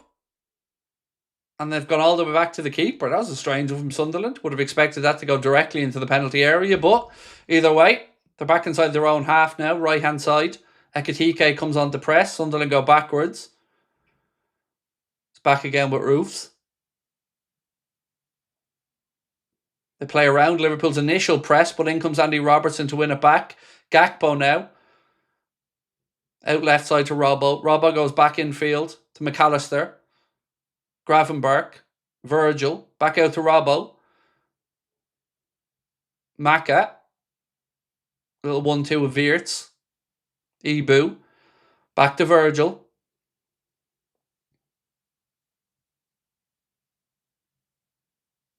Come on, boys. Maka now. He pings one out right-hand side looking for Salah. Salah brings it under control. Cuts infield. Spins back. Nice reverse ball into Ryan Gravenberch. Endo. Maka. He puts in a cross. Roofs comes out. Gets 2 strong fists on it. Liverpool win the second ball though. Ball played back to Canade, but it's a couple of yards behind him. So Weebu scrambles back inside our own half.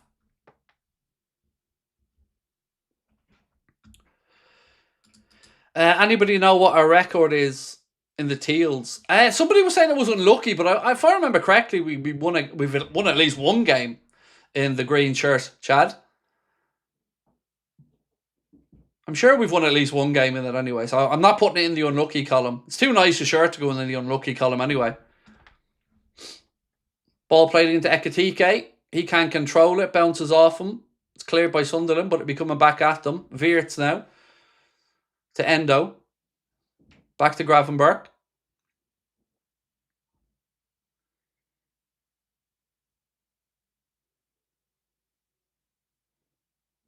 Good play. Salah, he's dispossessed. Wirtz has it though. He pulls the ball inside. Off a Sunderland player for Liverpool's first corner of the game. And it'll be on the far side. Right, we've had some joy from set pieces in an attacking sense recently. So fingers crossed we can make something count here tonight. Salah goes across to take on the far side. It was Burnley win. There you go. Thank you, Will. So it was Burnley we won the game in. Thank you, mate. I knew there was one win somewhere in the shirt.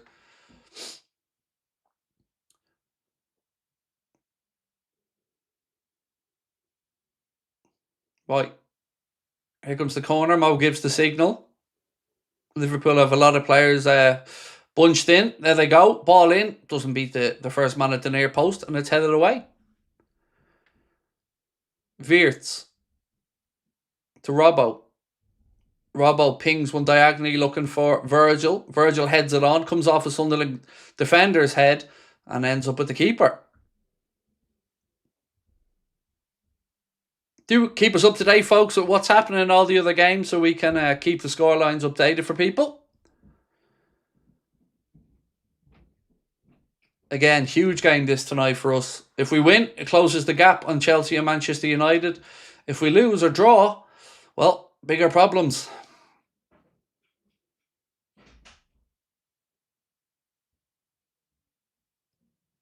Roofs pings the ball out left-hand side.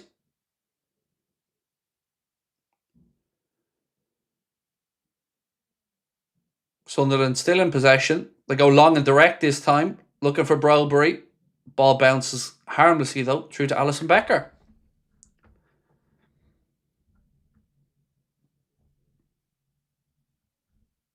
Virgil. Sunderland press comes on. He goes across to Canade. Back to Alisson. Ali pings one out left side. Lovely ball out to Cody Gakpo. That's the Alisson we know and love. Gakpo plays a forward for Ekitike. Sunderland defender comes across and puts it out. It'll be a throw into Liverpool on the near side. Gakpo, Ekitike. Back to Wirtz. Wirtz to Robbo. Robbo to Maka. Why wasn't he attacking the space there, Maka? There was 5-10 yards of space ahead of him that he could have run into. There again, look. Plenty of space ahead of him. Forward. Go forward. Not too hard, mate. Not too hard. Just attack the space. Gakpo. Cross in. Headed away by Sunderland. And then a breaking ball falls for Liverpool player. Ibrahim Konate has a strike from distance and, well, goes high and wide.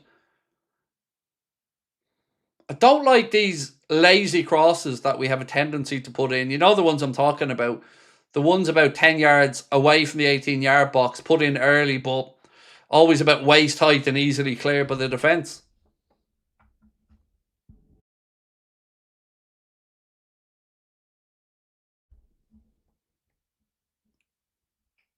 Wirtz. Robbo slips one in looking for Ekitike. Started to wrestle a bit of control here in the first few minutes. Sunderland started brightly, but Liverpool are starting to see more and more of the ball. Sunderland play a ball in towards Browbury, who flicks it on, but only goes as far as Virgil. He goes out to Endo. Canade. About halfway inside the Liverpool half. Robertson now. Nothing on for him, so we have to go back to Ali.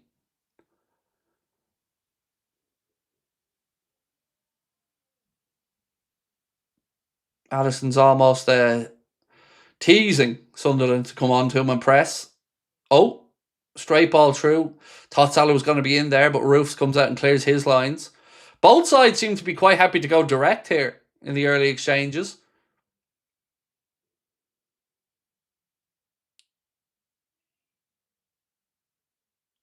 Sunderland again back to the keeper. He puts his left boot through and clears it long. Liverpool have a back centre of the park. McAdoo loses the ball, then Endo wins it back. Well done, Endo. Great bit of defending there on the front foot.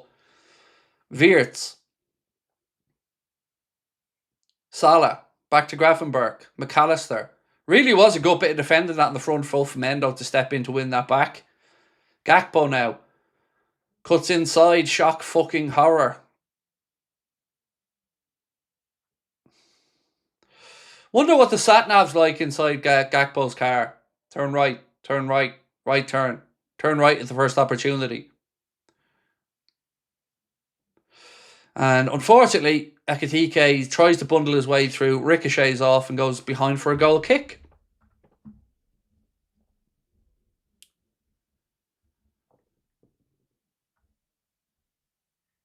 "11 minutes on the clock, still scoreless."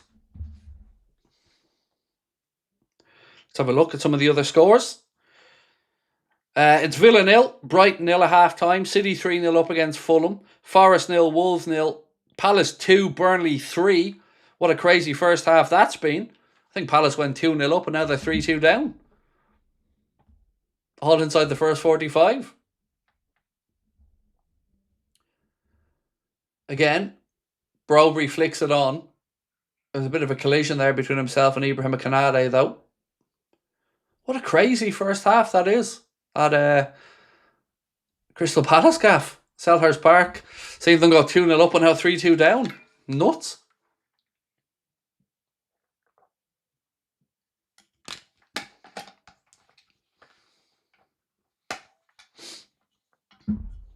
Ball's back with Ali. Drop ball from the ref. Again, Allison taking his time, almost trying to draw one or two of those Sunderland players onto him before he picks it up. Thanks for just wasting 10 seconds for no reason. Ball played forward to Ekitike. He tries his best to hold it up. He's bundled off the ball. The referee says, though, is it a free kick? I think it is. No, it's a throw in, excuse me. To throw in on the near side.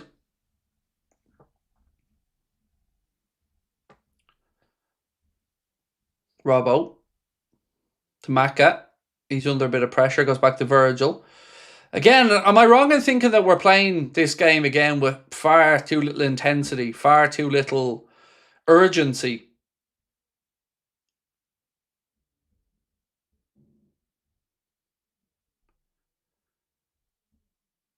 Kanade. Brobery holds him off.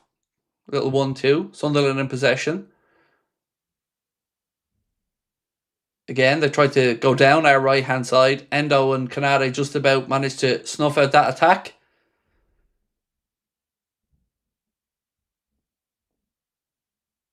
And Sunderland have the ball back.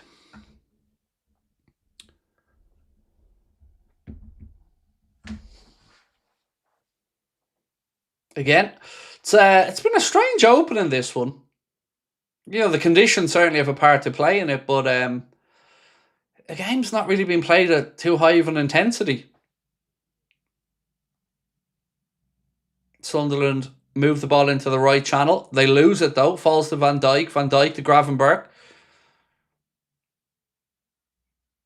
He plays the ball up to Salah. Back to Virgil. Chris said, Sunderland showing how to play in-your-face aggression and identity, everything Liverpool used to be.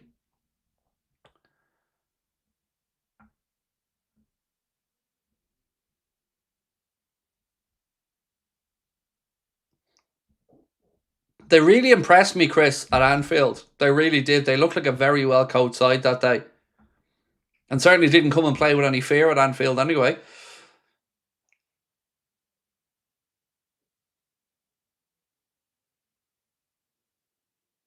Ball forward from the Sunderland keeper. Kanade heads it down. Goes to a Sunderland player on the far side.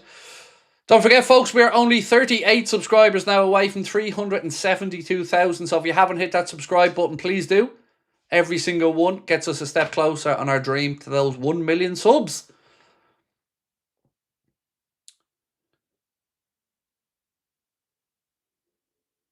Sunderland just moving the ball left to right across the middle of the park. Liverpool with everyone back behind the ball.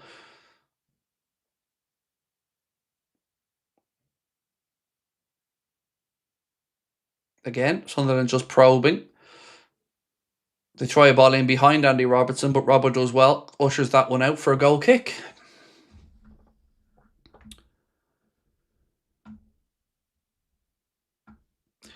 Aaron said, somebody give the Sunderland keeper a book. I don't want him getting bored out there. Well, he's seen quite a bit of the ball at his feet, to be fair.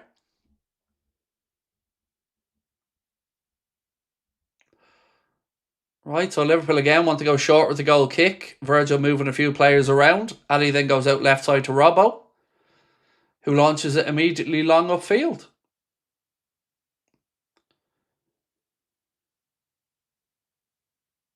Sunderland play the ball into the feet of Brobery. They now move it into the right channel where they have a little bit of space. In comes a cross, headed away by Endo. Second ball breaks out of the box though. Sunderland have it, but they're forced all the way back to their own goalkeeper.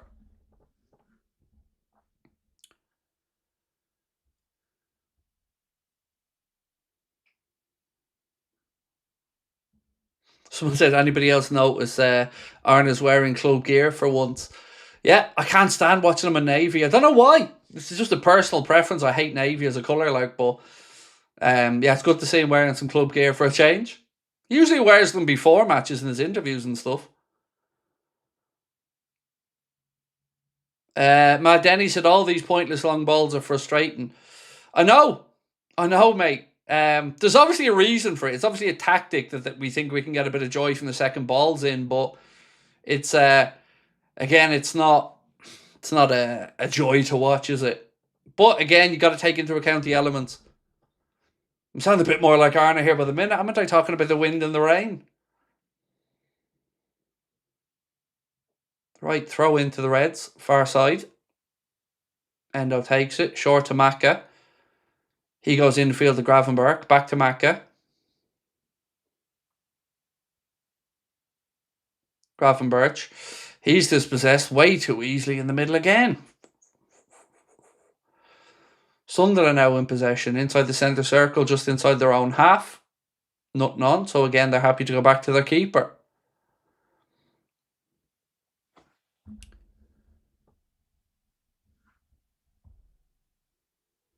There's been one attempt in the game so far. That's been from Liverpool. Sunderland now move the ball into our left channel. Early ball across. Oh, Broby throws himself at it. Well defended. Second ball comes back though. Sunderland still in possession. Cross in. Defended by Virgil. Well done, boys. That had trouble written all over it. Let's have a look at this one. So they move the ball into the right channel. And they get an early cross in. I want to just have a look at this. It's a good bit of defending that from Canade. Fair play, big man. Ball comes in. Brobery gets a touch on it. But Ibu's there. That is a good bit of covering from Ibu. Well done, big man. Good block, that.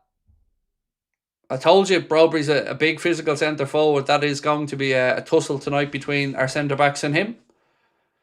Here comes a long throw in now. Although I feel like I've said that a few times and it hasn't happened. But finally they launch one in, which Virgil heads away. And Sunderland will get another go at it.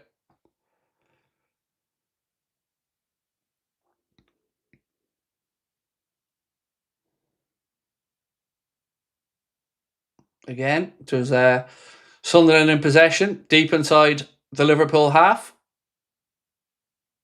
That's a Liverpool throw-in, isn't it? Nice little ricochet there off a Sunderland player. Gives us a throw-in halfway inside their own half on the near side. And there's that long fucking ball again to nobody. Second ball's won. Breaks in the middle of the park.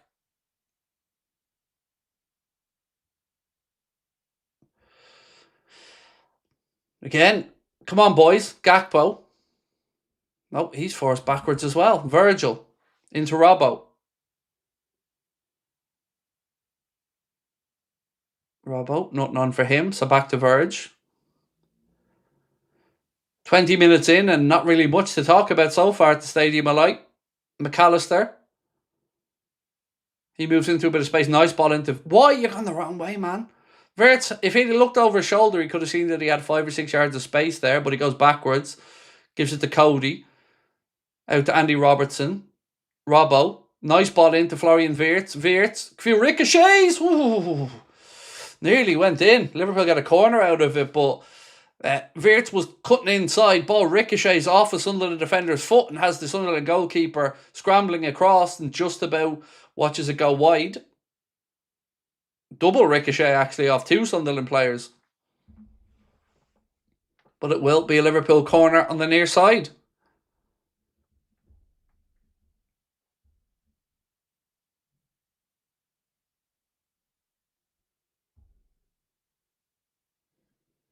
Corner in.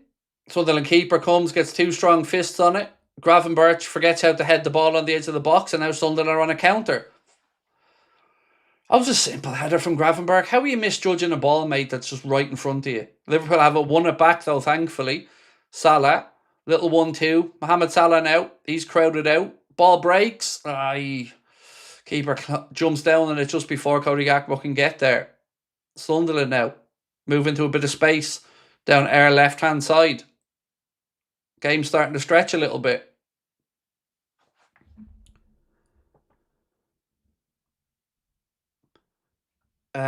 Chris said, Craig, is the Surfshark offer still going? Absolutely, mate. It certainly is.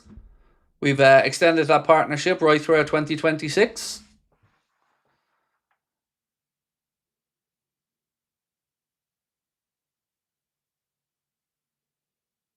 Sunderland play the ball down Liverpool's right side. Endo steps in, wins it back. Referee thinks about it and then gives a free kick against Endo. Didn't look too sure of himself there, the referee, making that decision.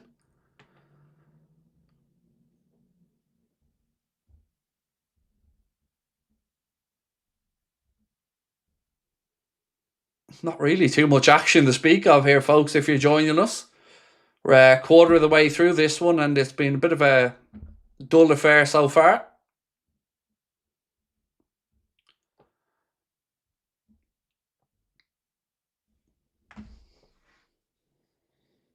Sunderland have a free kick, which they look like they're going to go direct to it, and Liverpool are holding a line about 10 yards ahead of the 18-yard box. Let's see what Sunderland do from this. It's direct long diagonal ball up in the air, which Virgil wins. Breaks to Salah.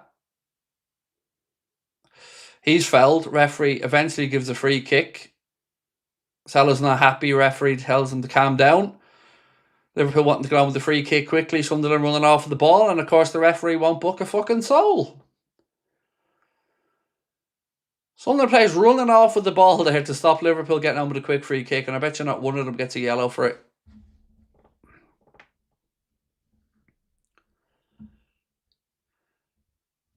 Oh, there is. I'm wrong. Mandava gets a yellow. There you go. Craig was wrong. Well done, referee. There was a booking. As there should have been. You can't be running away with the ball, stopping teams getting on with it quickly.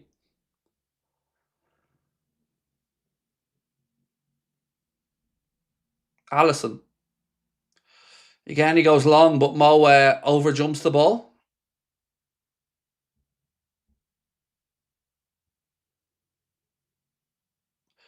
Again, every little 50-50 battle we're losing in there. It's just not physical enough. Sunderland up in our faces. And yes, there's been a few free kicks, but any 50-50 seems to be Sunderland player coming out with possession. Apart from Endo's good bit of work that he had earlier on down that right side, winning ball high up the pitch. But too often, in the centre of the park, we're losing these duels. Robbo. Into Wirtz.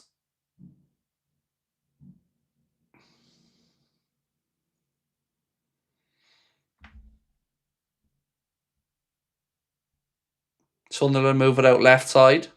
Liverpool get bodies across. Again, Wirtz back there doing a bit of defending. He gets his ankles clipped. Free kick Liverpool. Well done, Florian Wirtz. The Reds get on with it quickly. Gravenberch to Wirtz. Wirtz out to Salah. 3 Liverpool players in the 18-yard box. Salah again fires the ball straight into the defender's legs. I feel like I've said that phrase a lot this season. Another ball in from Gravenberch over everybody's head, and it goes behind for a goal kick. Yeah, that Salah situation is one that I feel like it's become very frustrating this season. The amount of times he gets possession and just runs or plays it straight off the defender's legs. Craig, do you support any teams outside of Liverpool? So if you had asked me that question 3 years ago, I would have said yes. And I would have said Barcelona being the other team. But the way Barcelona has evolved and the way they treated their players during their financial hardship really took some of the gloss off it. And Barcelona were the first team shirt I ever had. Um, so the answer now is no, not really. League of Ireland wise, Shelbourne, but I wouldn't say I'm an ardent fan. I just would have been a casual supporter growing up. So yeah, no, not really. It's the Reds, and that's about it.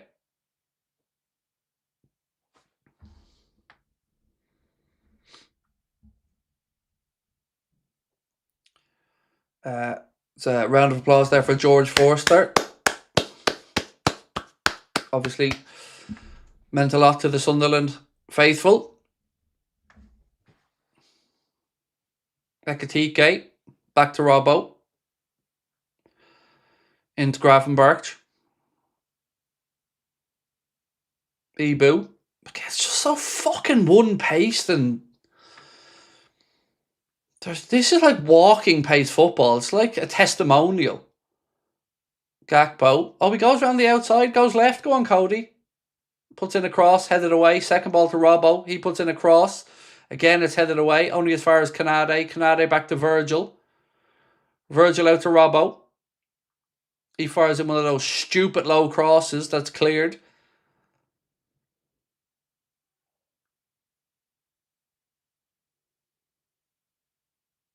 Wirtz, Ekatike, back to Gravenberch.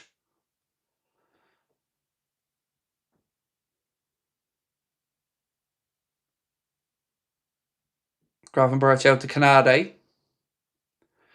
McAllister. He plays it to Endo, but it's about 10 yards behind him, so Endo has to shuffle back. Canade to Virgil. Breen Madigan, welcome to Anfield Agenda FC. Thank you so much for becoming a member, my friend. Appreciate your support.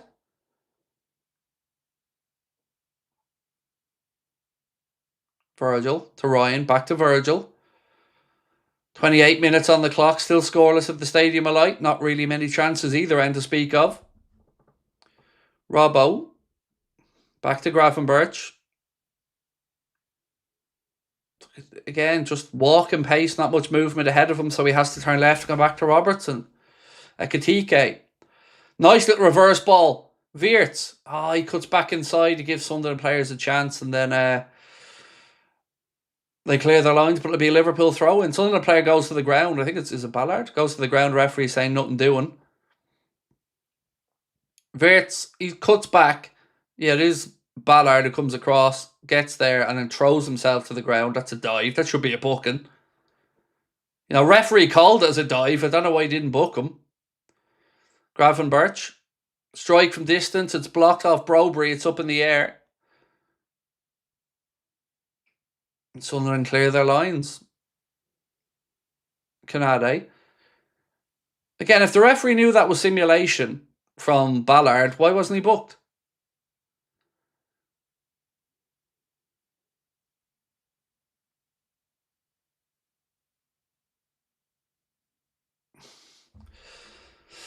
Ball into Gravenberch. Out to Canade. Back in to Maka. Maka to Wirtz. Wirtz gets it out of his feet. Strike! Ooh, forces Roofs into a save. Well done, Florian Wirtz. Gets it out of his feet and immediately looks to do something positive with it. Gets a strike away and the Sunderland keeper comes across, two hands, puts it behind. Craig, can you grow your hair till Slot is sacked? How long do you reckon it'll get? About that long.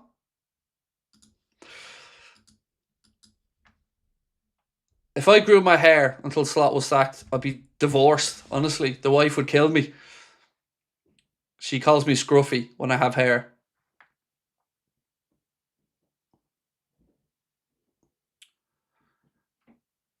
Right, Liverpool corner. Ball in. And goes off a Liverpool head. Virgil's and over the bar harmlessly for a goal kick.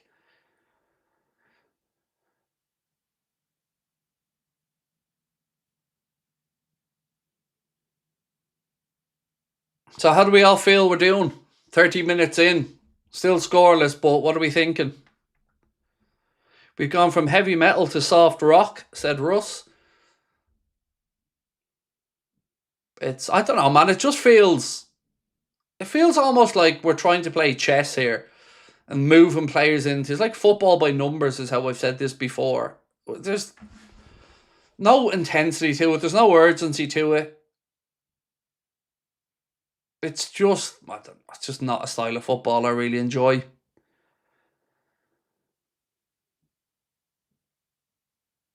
Hayley said she's bored.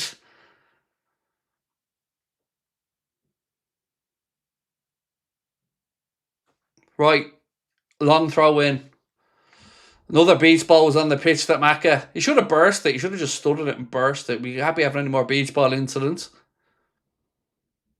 Right, Sunderland goes short, put in a deep cross, but it'll be straight into the arms of Alisson Becker. He rolls it out to Robbo, and Liverpool look to start from the back. Robbo gallops forward. Ball in to Ekitike. Manages to keep possession. Tries a strike. It's blocked. Goes back inside the Liverpool half where Kanade recovers it.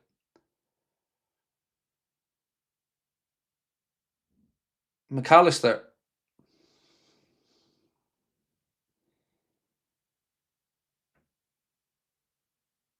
Robbo. Out to Gakpo.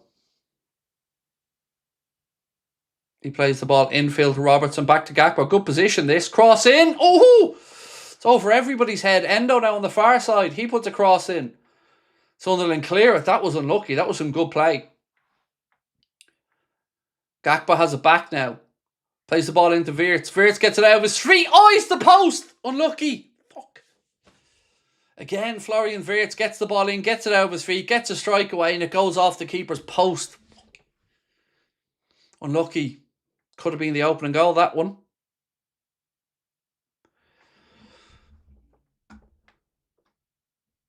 Love Ekitike, my favourite signing. Keep it up, Craig. Thank you, man. Appreciate you.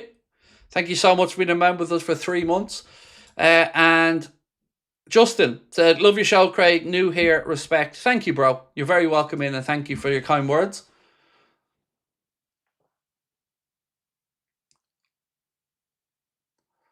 It looks like so far anything good's coming through Florian Wirtz so far in this for the Reds.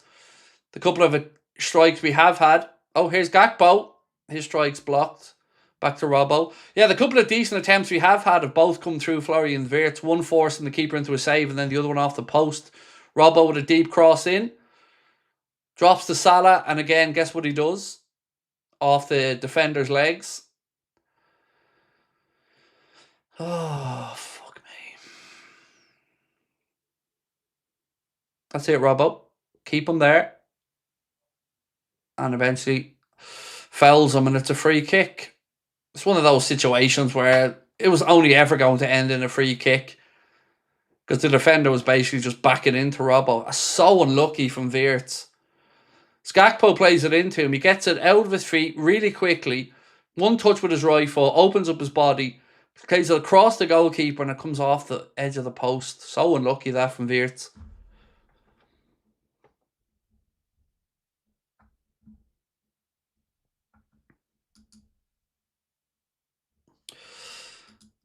Corey obviously doesn't know much about football. So that's okay, Corey.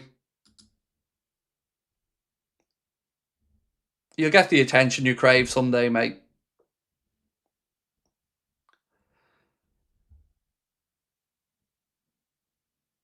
Wirtz. By the way, who was your player of the month for January, and deservedly so?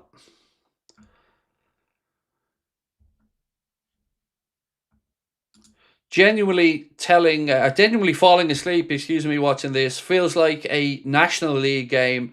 With a team like this, we should be playing like prime Barca. See, here's the thing. I'm supposed to believe that we're going to win the Champions League playing like this. Do you know what I mean? This is why I'm saying, like, I find it hard to really be enthralled. Oh, here we go, Verge. Ay, fucking hell, lads. Come on. Ball falls to Virgil, and he gets it out of his feet, and he should do better. Shot's blocked, and it goes behind for Liverpool corner. Every time Gakpo goes to the byline, he's getting joy in this game. So please, a bit more of that, Cody. Comes to Virgil. Gets it out of his feet, tries to strike with his left foot. Sunderland defender heads it over the bar, and it's another Liverpool corner. Another corner in. Oh, again. We've been close. We're putting them right in on top of the keeper, and it just needs a flick. But unfortunately for us this time, it was Sunderland who got a little bit on it, and it goes out for a throw into Liverpool on the far side. Chad said that was a great 90 seconds. That's what she said. And I'm exaggerating. Gakpo cuts inside, goes back outside. Gakpo pulls it back. He was looking for Wirtz. That's that little pocket that Wirtz usually takes up, or Ekitike, but Sunderland defend it and then win a free kick.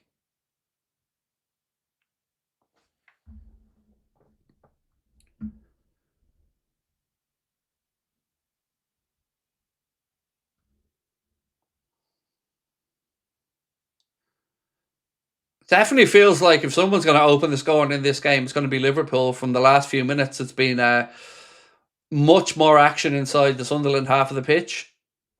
Salah now, ball ricochets out to him. Puts in a cross. Headed up in the air. Oh! How did Wirtz not score? Wirtz has a free header and he heads it straight at the goalkeeper, who's doing a star jump out the block. Salah puts in an outside of the foot cross.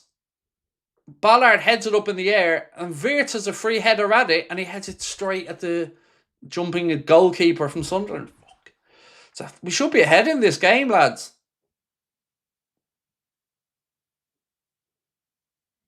Gakpo. Another cross in, but this time straight into the Sunderland keeper's hands. I feel like Mo's looking more lively.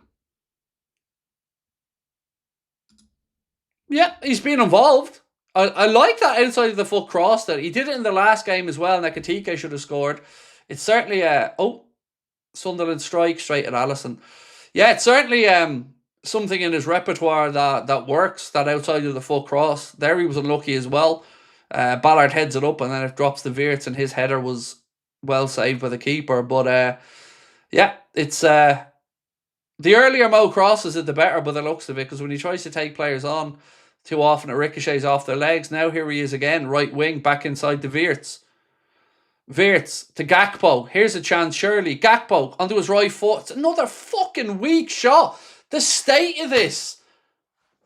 We've had so many good opportunities where we're just shooting straight at defenders' legs. Brobery now. Up against Canade. Goes back to the edge of his box. Sunderland moving across left side. I know that it's a heavy pitch out there, but we really just are not getting the ball out of our feet and shooting quick enough.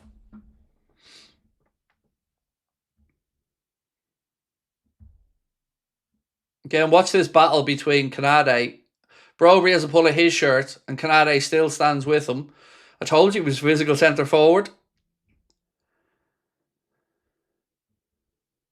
Ibu. Cross to Endo. Apologies for my earlier message, but meant Sunderland started in your face aggression. Since then, Wirtz is the finesse in this team. He is. I agree with that. That's a very well put phrase, Chris. Finesse is a very good way to word it.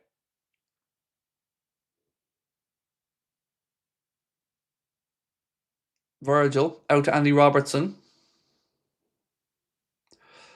Back to Verge. Maka. He fires one in. Grafenberch. Wirtz out to Endo. Endo puts in an early cross. Straight to the goalkeeper, though. Unlucky. Decent play, that. Look, we've certainly been pushing in the last few minutes. And if one side's going to open the score, and it certainly looked more likely to be us. Just not found that breakthrough yet. Closest we've come is Florian Wirtz hitting the post.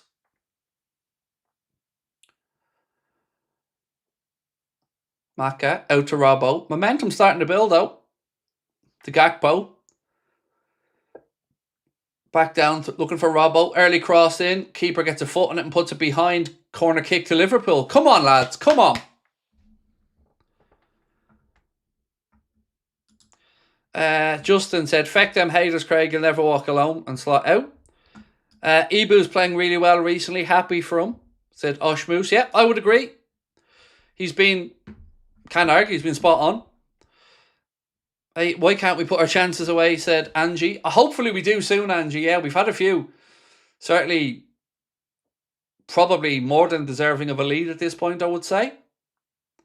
Gakpo, corner in. Again, it's well defended by Sunderland. We put it right into that 6-yard box, but it's a Sunderland head that clears it away. Gravenberch now needs a bit of support out there. Gets to the byline, puts in a cross.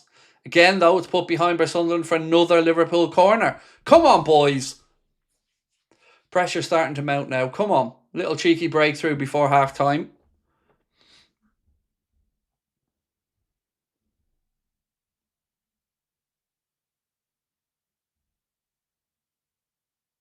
Right, Salah to take the corner. Again, Liverpool have everybody inside that 6-yard box. Gakpo, Kanade, all in there. Ball in. Again, not a great corner, but it'll be take two as it goes behind for yet another Liverpool corner. Salah to take it. 42 minutes on the clock at the Stadium of Light. It's still Sunderland 0, Liverpool 0. Virgil calling more players in. He wants more bodies in that 6-yard box. I don't blame him. I totally understand why. Ball breaks now. Edge of the box to McAllister. He gets it out of his feet. Gravenberch back out to Salah. Salah puts in a good cross. Sunderland keeper comes and grabs it. Unlucky. But certainly some momentum going in our direction.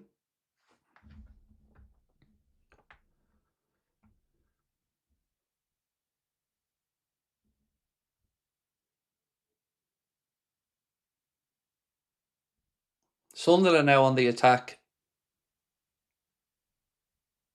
Well done. Well done, Cody. Steps in, wins the ball, brings it away. Come on. Oh, he takes a heavy touch. It allows Ballard to get back at him. Ball breaks to McAllister, though. He tries to strike. It's blocked again by a Sunderland defender. Sunderland player still down from the challenge earlier on, and Virgil eventually puts the ball out, and it'll be a Sunderland throw in, but obviously they'll be giving it back, you would imagine. I mean, I can understand why the Sunderland player's down. Gakpo won the ball, and then Gakpo's foot went onto the foot of Diarra, I think it is, the Sunderland player. So he's certainly not feigning an injury here. He definitely did get contact, but, you know, Cody won the ball. Back up to his feet.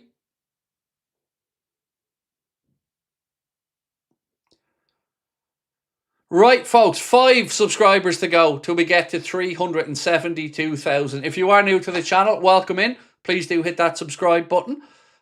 The dream is to get to 1 million someday, and you can help that by hitting that button. Allison to Virgil. 44 minutes on the clock. Ibu. Back to Ali.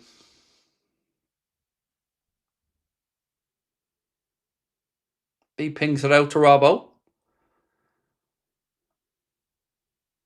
Wirtz. Ekatike. Gakpo.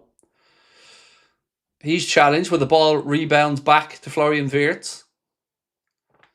Virgil. Robbo across to Ibu. He pings a diag looking for Ekatike. Ballard gets a head on it, and it breaks out to Wirtz, whose attempt at a flick is, well, it's not great, and Sunderland bringing the ball out now. Ricochets off a Liverpool player. Sunderland throw in just about 5 yards inside the Liverpool half near side.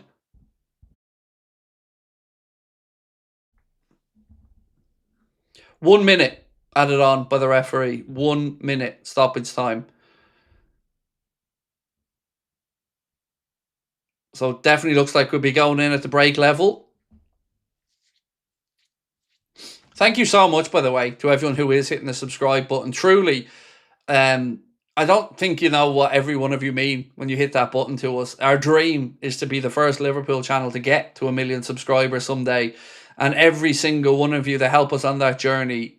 It really means more than you know. Thank you.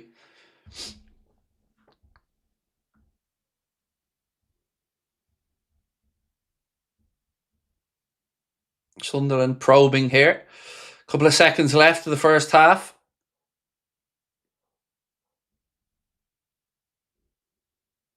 Cross in, cleared by Gravenberch. Ref blows up. I think Brobry's... What's going on here? Hang on, whoa, what the fuck? What's going on here? Is he going to give a penalty? Or is he blown up? What's going on? Is he blown up for half time or is he...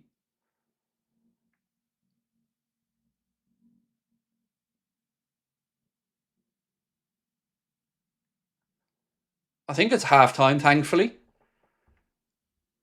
Yeah, teams are going down the tunnel, so it's half time. I thought for a second he'd pointed to the penalty spot. Padders, welcome in. Appreciate you. Thank you for becoming a member. At half time, it is... Oh, sorry. At half time, it is Sunderland 0, Liverpool 0. I thought for a second there he was given a penalty right at the end of the half, thankfully. It was looked at by VAR and cleared.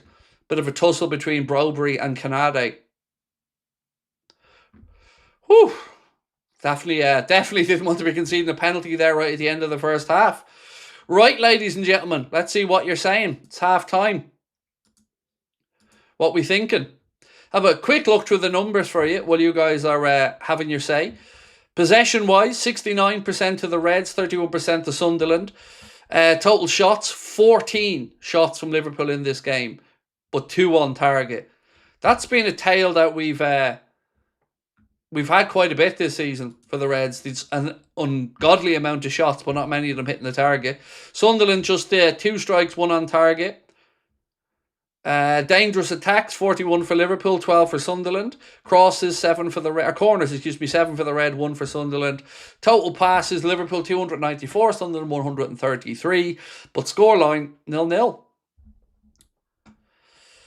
Look, I think it's fair to say, as the half went on, I thought we were the better team and probably unlucky not to go in with a lead.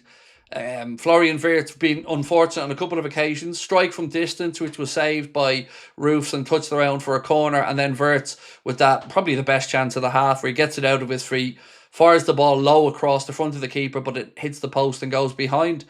Certainly can't help but feel if somebody was going to take a lead, it should have been us, but a bit wasteful, as you can see, with 14 shots, just 2 on target. Need to step it up, said Pablo. How come Robbo's not going down the flank? Obviously, it must be under instruction that we don't want to just leave ourselves open. I don't like those early crosses, though, because they're not being very effective and there's not enough height on them. Andy Robertson crossing the ball from like the half space. Waist height is just no good. I don't know what he thinks going to happen, but every single one of them crosses he's fired in has been easily dealt with. On the other side, Mo's had a good half. You know, to be fair, I think Mo's really got involved in the game. Again, Wirtz with another opportunity from Mohamed Salah outside of the foot cross that goes off Barrett's head, and Wirtz has a free header, but the Sunderland keeper comes out, does a star jump and blocks it. But certainly feel like it was, no score, but trending in the right direction for us. Certainly more promising as the half went on. But look, ultimately, it is scoreless. At OCC99 Crazy, welcome to Anfield Agenda FC, my friend. Appreciate you becoming a member. Yeah, I know. Ray King said 14 shots, 2 on target. It's not great, Ray. It's not great, mate, is it? But that's been the tail of the tape for us for a long part of the season. If you look back at the stats from many of our games, you'll see a huge disparity between the amount of shots we take versus how many actually end up troubling the keeper. Who's winning every cup this season? I don't know, man. Well, Arsenal probably for the Prem. I think City will beat them in the League Cup final. FA Cup. Why not us? Why not? Why not put our name in the FA Cup? Champions League, I honestly haven't got a clue. You know, every year I'm honest with that. I don't really feel there are favourites into it this season. I think it's an open competition. Premier League clubs should go deep into it. PSG will obviously feel like if they can again hit form at the right time. Madrid, well, they're a bit of a basket case. Barcelona, unsure. So yeah, I don't feel any confidence whatsoever predicting a winner of the Champions League. Gakpo overlaps with Robbo, but not Kirkes, is mad. Again, I would hope that's under instruction that they are doing and not doing certain things, but look, I think Gakpo has mixed up a little bit in that first half, although still wasteful in possession at times. Gakpo decline has to be studied, said Elmir. Been all over them. The goalkeeper been brilliant all season, said find the pass. Yeah, we've definitely been the better side. I can't argue with you on that one, mate, but we got to find a breakthrough. N112 or N12 or KRC said, we have to look up for Ekitike's missing runs. You're right, and a couple of people in the chat have mentioned that Hugo is making runs, or at least looking to make a run, but nobody's picking him out. So somebody in the chat said it, and I meant to pick up on it earlier on. They said that we need to be we need to be looking for those runs of Ekitike because he is making moves ahead, but he wants the ball early. Declan Kavanagh, welcome to Anfield Agenda FC. Declan, appreciate you.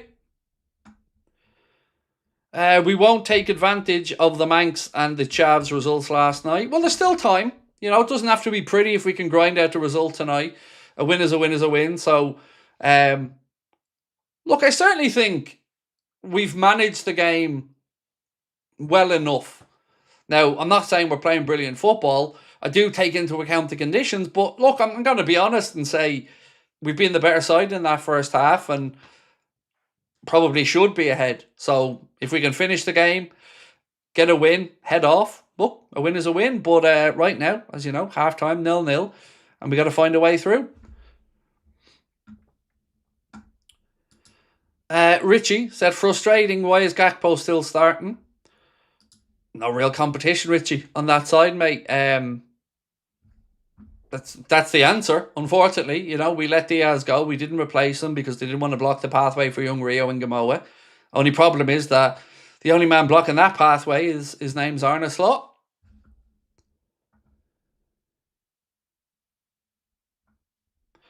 David, so we look good after 20 minutes. Was okay. Yeah, I think we grew into the game. Definitely, David. You know, Sunderland started, as you would expect, at home, right up in our faces, but I think we genuinely wrestled control of that game as it went on. But as Angie said, we really do have to make sure that tonight we're not talking about a tale of what ifs. We got to make sure we leave the Stadium of Light with 3 points and capitalise on the points dropped from Chelsea and Manchester United, because if we don't, you know, as each week goes by, we're running out of opportunity. So tonight is a chance to close that gap, and we got to take it.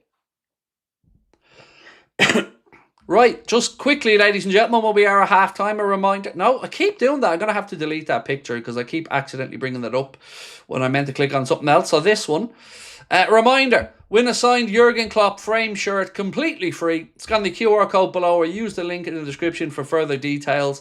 That giveaway, as every giveaway we will be doing throughout 2026, will be brought to you thanks to our friends at thecollectorscorner.co.uk. You can treat yourself to anything from their website with 20% off using our code Anfield Agenda 1. That's 20% off anything store-wide at our friends at thecollectorscorner.co.uk with a code Anfield Agenda 1.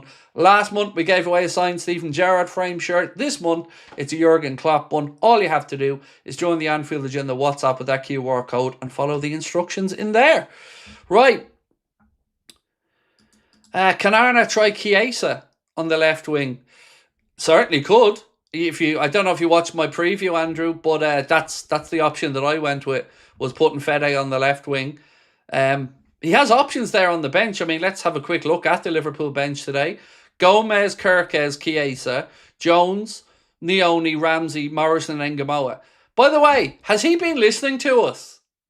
Because do you know what isn't on the Liverpool bench today? A second goalkeeper. I wonder, has he been listening to Liverpool fans and our comments? Because, you know, no second goalkeeper, thankfully. I love this from Connor. Psychologist, it's okay. Harry Craig isn't real. He can't hurt you. He's not real, though. You're right, Connor. He can't hurt you.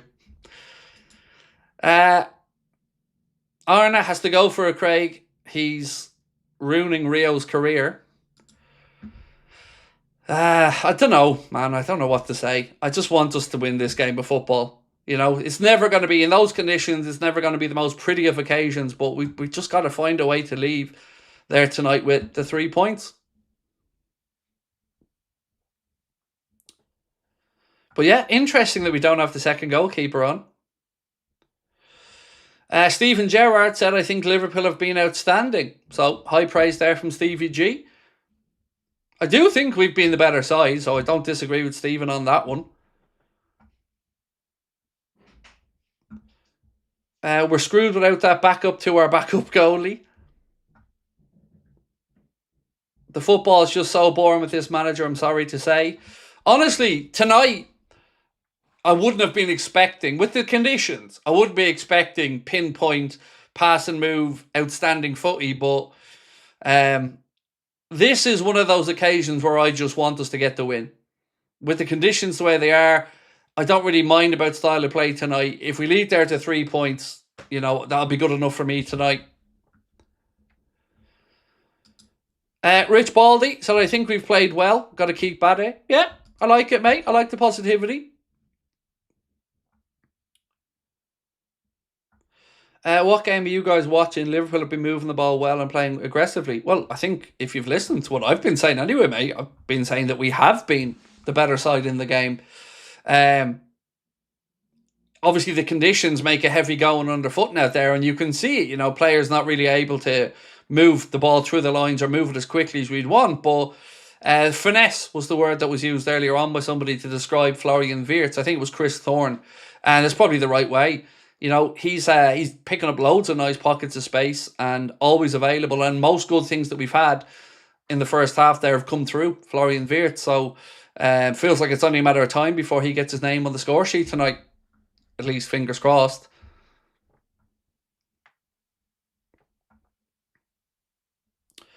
Need to work on set pieces and intensity. I think our set pieces have been all right. I can understand the aim of putting them right in on top of the goalkeeper in that 6-yard box. And you can see there was one corner we were taking where Virgil was ushering more Liverpool players in. We kind of want that bit of chaos. And the deliveries from the corners have been decent, you know. Honestly, I feel like we probably should be ahead. We aren't, but I'm not too displeased overall with the first 45 minutes. You know, there's been far worse from us this season.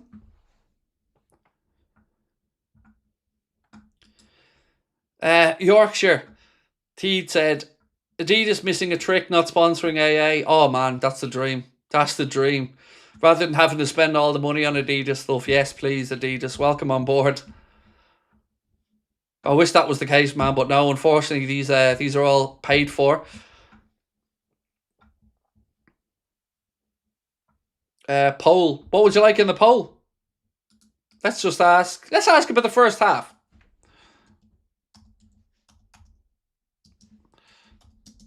So,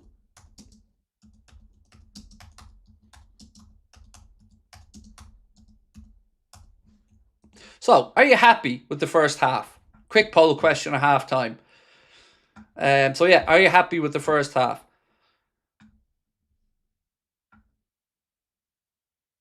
Eddie Cox-Wilkins said, my opinion is never going to change. The manager still needs to go. I get that. I do get that, Eddie, but you know, got to talk about what we're seeing tonight. Got to talk about the game that's in front of us. And, you know, for me to sit here and say we've been anything other than the better team, I think would just be unfair. And, yeah, honestly, I thought we started the game a bit gingerly, but we've grown into it. And certainly, I think, dominated it for large parts.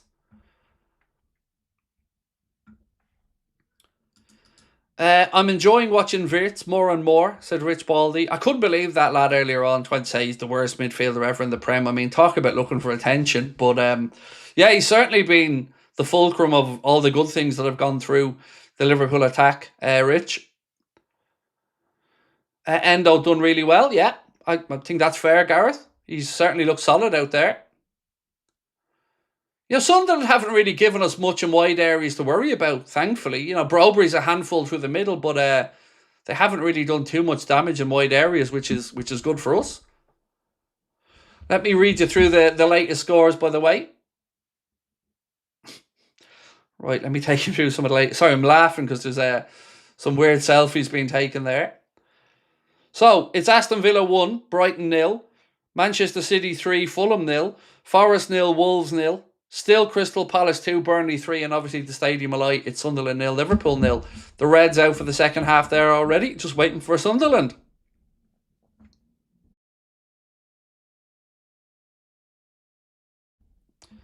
Kaz, they're taking the girls to school now. I'm listening on my car. That's so freaky knowing that somebody's on a school run. Like, we're sitting here in the evening watching the game, Kaz, but safe travels.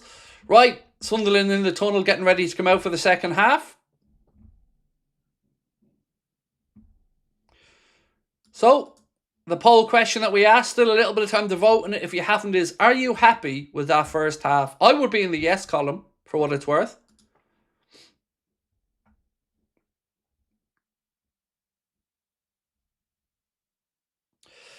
Do you think Arsenal will bottle the title to City? I wouldn't say it's impossible to happen. If we had have taken points off City, I genuinely think that would have been it. But the fact that they were able to somehow, and it still fucking gripes me, leave with the points means, yeah, they're still in with a shout there. 6 points isn't all that much, and I'm sure I'm not 100%, but I think they have to play each other again. Right, ladies and gentlemen, so nearly at 1,500 votes. We're about to go on the way for the second half. If you haven't voted, please do. We'll get it up. There we go. 1,500 votes. 58% of people were happy with the first half. Right, second half about to go on the way. No changes from a Liverpool perspective that I can see anyway. And we're underway. We're underway in the second half. Gravenberch to Salah. Salah plays it forward. Ballard heads it away. Ball breaks to Virgil. Heads it back forward. Offside flag though goes up. Free kick Sunderland. Have I seen Radcliffe's comments on immigration? I have, mate. I have. And to say I was shocked is an understatement. I have. I think Chris Wheeler posted up earlier on. Somebody sent it to me about Radcliffe's comments. Something like, if I'm not misquoting him to some degree, it's that England or the UK is being colonised. And he said that they've gone from 58 million people living there to 70 million in the last few years. Now, again, I'm trying to work off memory, so apologies if some of that's wrong. But yeah, not great comments from Radcliffe. But I don't know what to say. It's not really, a me thing. I'm an Irish person, so not really feel I'm qualified to talk about immigration in the UK. Slot needs to run the play where he holds his finger to his head. That always works. Play Chad. That one.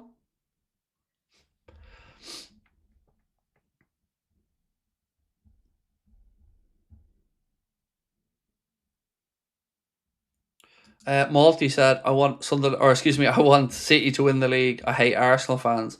Yeah, look, I get it. I have my own thoughts on Manchester City and their shenanigans that I just can't stand them.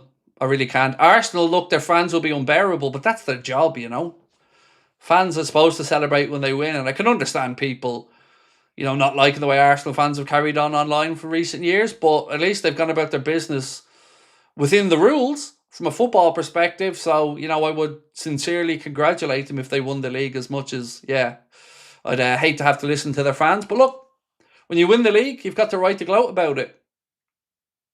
I certainly enjoyed when we won it. Sunderland now on the attack. Down Endo's side. Endo comes across. Cross comes in. Ali comes out. Punches. I'd like to see Ali catching a few of them a bit more. But anyway, he gets two strong hands on it. Sunderland regather it. About 5 yards inside the Liverpool half, far side.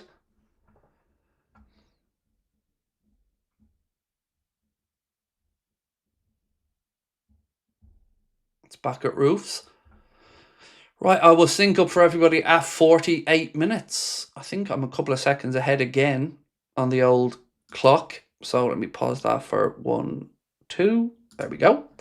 Right, folks, we are up to 48 minutes and 1, 2, 3, 4, 5, 6, 7, 8, 9, and 10. Right, Sunderland keeper goes long with his clearance, looking for an attacker. Cleared by Liverpool, but Sunderland have it back. They spin out into the left channel with Diarra, I think it is. Not really sure of all the Sunderland players' numbers just yet. Good challenge from Liverpool on the edge of the penalty area. Cleared away by Kanade, and Ekitike looks to keep it in on the far side. He does well, goes past his man. Come on, Hugo. Salah's the ball. Nope, we overran it. It's great work from Hugo Ekitike to get in down that left side. He cuts in field end. Salah's screaming for it, but he can't quite find the time for the pass, and he's dispossessed.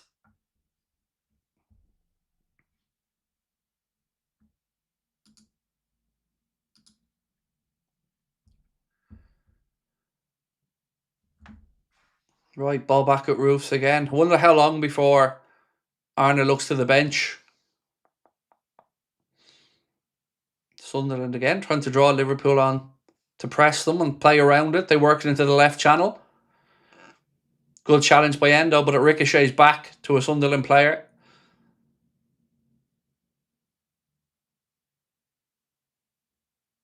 They recycle it back. I mean, honestly, a draw wouldn't really be cutting the mustard tonight if we leave here with a point, because we really do need to capitalise on the points dropped by Chelsea and United. Endo knocks it down. Sunderland pick it up. Strike from distance. Oof. Thankfully, Hume has a strike and it's about a yard high and wide of Allison's crossbar. But had him scrambling there for a minute.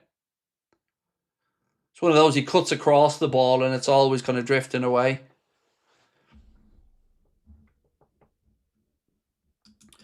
Justin said, I've been pausing your stream to get synced. Appreciate you, mate. Thank you.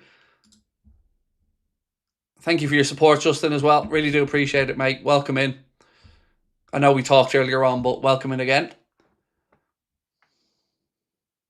Sunderland in possession.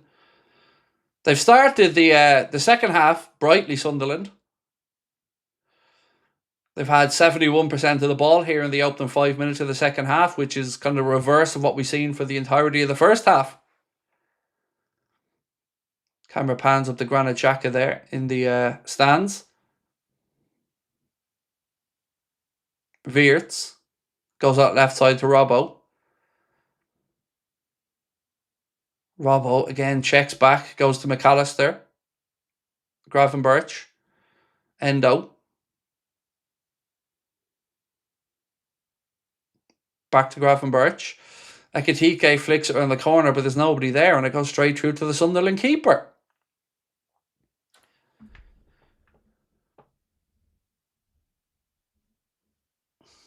Come on, boys. Again, a reminder of the Liverpool bench tonight. Gomez, Kirkes, Chiesa, Jones, Nioni, Ramsey, Morrison and Ngamoa are the outfield options. Sunderland keeper's gone down.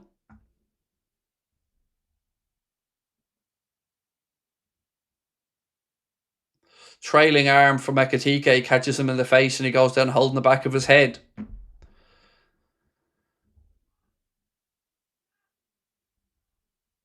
Referee has a quick word with Hugo Ekitike, but it's all handbags and we get back on with it.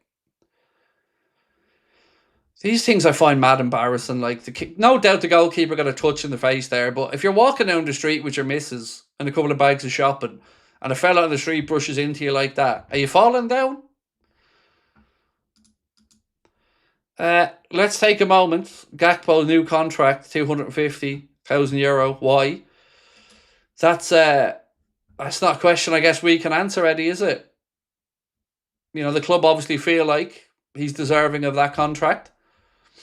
And look, as I've always said, Cody chips in with his fair share of goals and assists every year. And I've no problem whatsoever with Cody being part of the Liverpool group. I just think we need competition for places, and we need another option on the left side. Maybe somebody a little bit more, what's the word I'm looking for here?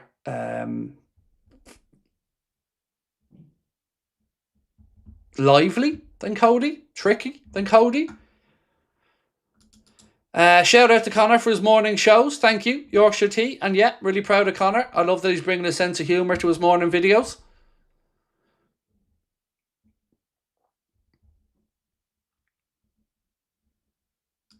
Gakpo is so bad. What a terrible signing. Gakpo is so bad and a terrible signing. Fight me. I wouldn't want to embarrass you, mate, by fighting you. You know, I don't like to hit women.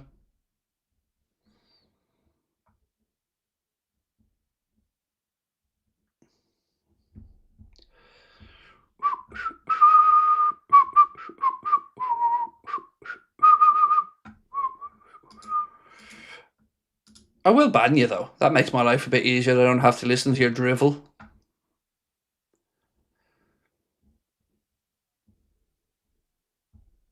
Right, corner for the Reds. Virgil on his way up. Come on, boys. Find the breakthrough. Come on.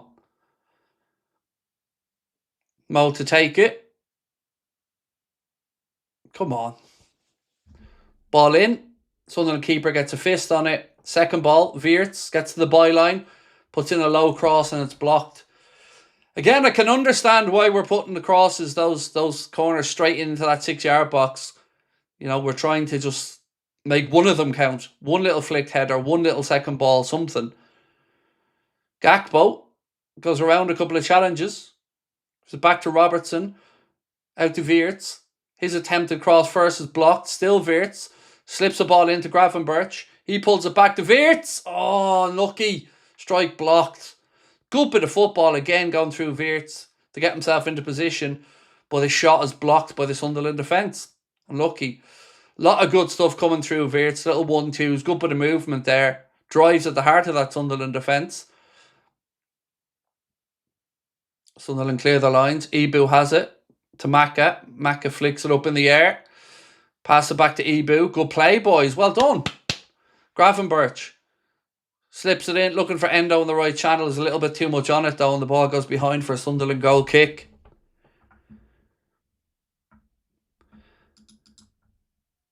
You're a lifesaver since I can't watch the match. Pleasure. That's what we try to do. Try to keep you as up to date and informed as we can, and appreciate your support. Lads, I think I'm going to need glasses. My eyesight's getting worse. I'm going to have to make this chat a bit bigger. 1 second. But yeah, appreciate you. Thank you. Right, 10 minutes into the second half. We're still scoreless. Sunderland goal kick goes short. Keeper works it into the right channel. Ballard goes back again to Roofs. He goes long. And thankfully the ball just bounces up off the Sunderland player and goes out for a Liverpool throw-in.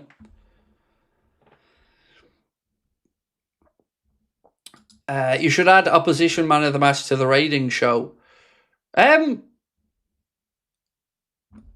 Could do. Only for genuinely, I'm going to just say, James, I don't really want to. If I'm being honest, James, I don't really want to have the opposition man of the match in. Oh, hang on. Broberry. Up against Canade. Goes around. Good challenge, boo. Sorry, good bit of defending there. I don't really... How do I say this without sounding like a dick? I don't really want to be praising opposition teams too much. But again, appreciate the suggestion, James. Justin said, my pleasure, mate. Have you got an email? I did. I got one when I was about 19. Still look at it. It's lovely. No, man, I do. It's contact@AnfieldAgenda.com. Contact@AnfieldAgenda.com. And Connor filters through them, and whatever needs to get to me, he sends on. Sorry for my smart arse comment, but, sometimes sarcasm just seeps out.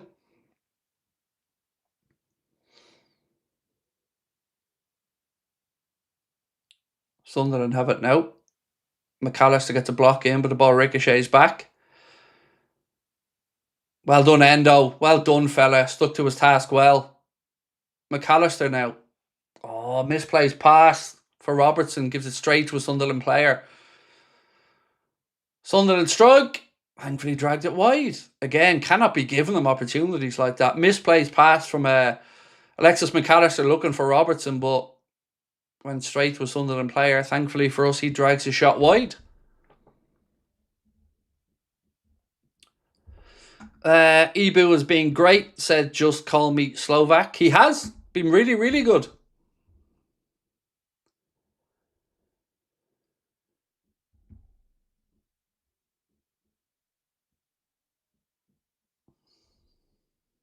Gakpo flicks the ball on, looking for Ekatike. Wirtz now, he has it. Second ball. Slips it in to Ekatike. Ekatike pulls the ball back to Salah. Surely, oh my days, hope we're not scored. How have we not scored? Ronaldo gets back and gets a block in, but fuck me, we have to have the most. I'd love to see a stat on how many shots of ours are blocked, honestly. Because this one's blocked with his head. Or shoulder, excuse me. I thought for all the world that net was going to bulge there and Salah was going to score. Another shot that's blocked.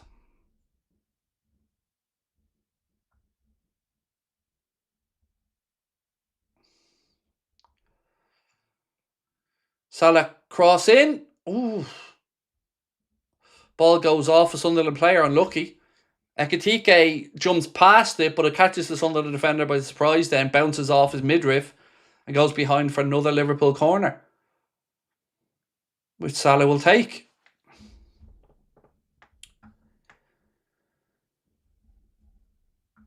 James Hart says, Endo's put in some shift for us tonight. He has, James. He has, mate. He's been solid down that side. No argument there, sir. Come on, boys. Almost at the hour mark. Another Liverpool corner. Must be about our 10th one now, is it? 9th or 10th? Salah plays it in. Yes! Goal! Fucking yeah! Gets in! Virgil heads it, goes off the head of the Sunderland player and into the roof of the net, but the Reds have the lead. Gets in! Told you, one of those was going to count. And eventually it does. Virgil heads it. Sunderland player's on his line. Tries to head it from underneath his bar, but can only help it into the goal.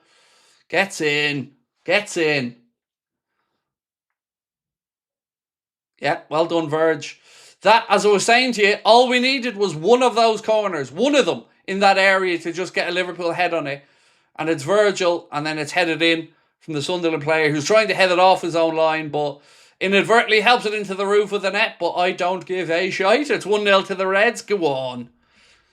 There we go. Got to be honest, we deserve the lead. We deserve the lead.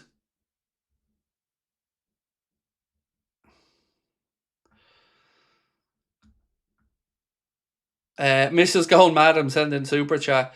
I'm worth it, Justin. I'm worth it, mate. Tell her we're all worth it. Money well spent, sir. Money well spent. Every week we say it, but this manager so far out of his depth. Our players have ridiculous amounts of talent, but no dedication. Sack slot. Well, we're 1-0 up in this one, mate, and I'm not going to be a hypocrite. I did say earlier on, I don't care how we win the game, as long as we win it. And what did you say? Where's the dancing alien? You don't blame it on the sunshine. You don't blame it on the moonlight. You don't blame it on the good times. Blame it on the boogie. There he is, having a little celebratory boogie. Endo's down. After, I think, being trodden on. Gomez is warming up on the sidelines. Looks like he might have to come in for Endo. Endo's back up to his feet. Hopefully he is okay. Come on, Endo. It's just one of those impact injuries where someone's studding him. Oh, no, it wasn't. It wasn't an impact injury. Sorry, apologies. He overstretched. I thought he was stood on.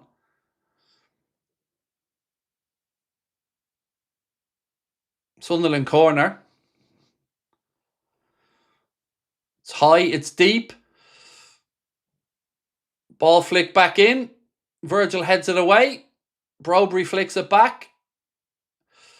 Strike, blocked. Come on, boys. Bodies on the line. Well done. That's it. Keep defending it. Good blocks. Come on, boys. Another cross in. Maka heads it away. Come on, boys. Chad said, now, can we close this out? Let's go. Hopefully, Chad. Hopefully we do. Hopefully we grab a second, mate. Cross in. Kanade heads it away. Second ball in. There's Ibu again. Sunderland win the ball back, though, on the edge of the penalty area. Work it out right side. Crossed in. Ricocheted. Put behind by Gravenberg for a Sunderland corner. Come on, boys.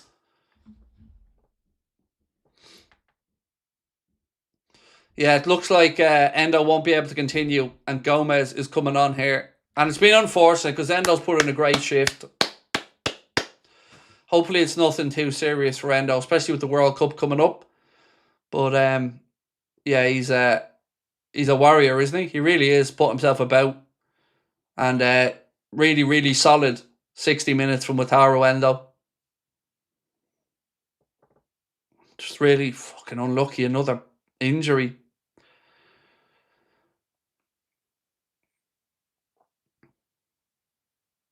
Gonna need a stretcher for Endo. It's not looking great. Yeah, they've the refs called for a stretcher here for Endo. You know, he's put in a good hour, a really good hour for Endo. So unlucky from the pick up an injury, but you got to give the man his credit. This looks serious because he looks upset. He's pulled his shirt up to cover his eyes. He's obviously... I really feel for him, man. I really do. Can't catch a break. Not getting many minutes. World Cup coming up. You know, fingers crossed for him. Heartbreaking. Chad said Endo's hurting badly. That position is cursed. I know, mate. I know. He is. The stretcher's coming out now.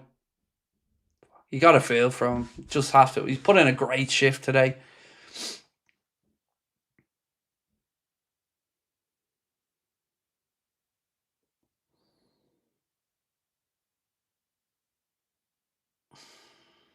He looks upset.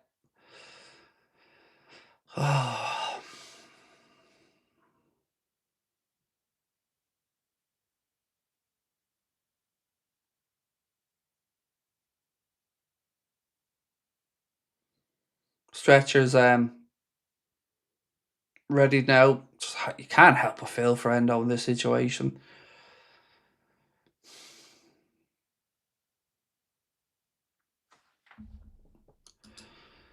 Jason Vlog said the right back curse continues. He's taking on some oxygen there now as well. So he must be in a fair amount of pain. After this as well, we'll have a corner to defend. But for now, obviously, attention rightly focused with Endo. The last thing Slot's going to want is another injury. But unfortunately, this is where we're at the minute.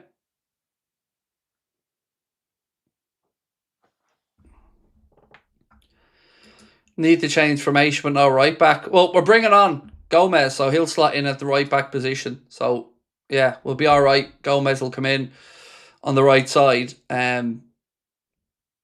But just can't help but feel for Endo. He hasn't had much this season, but he's been top notch today. You know, give the man his credit. He hasn't put a foot wrong out there.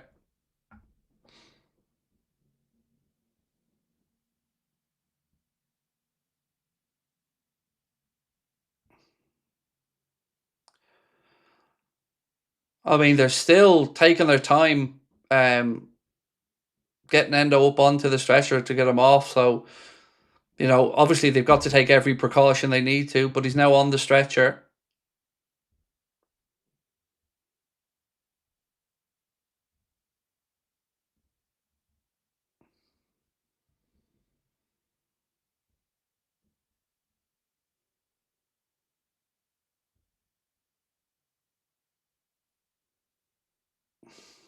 Endo.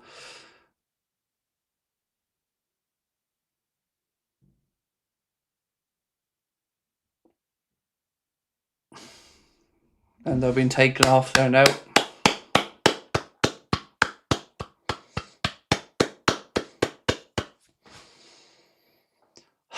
God bless him. He looks heartbroken. Don't know what else to say. The man just looks heartbroken.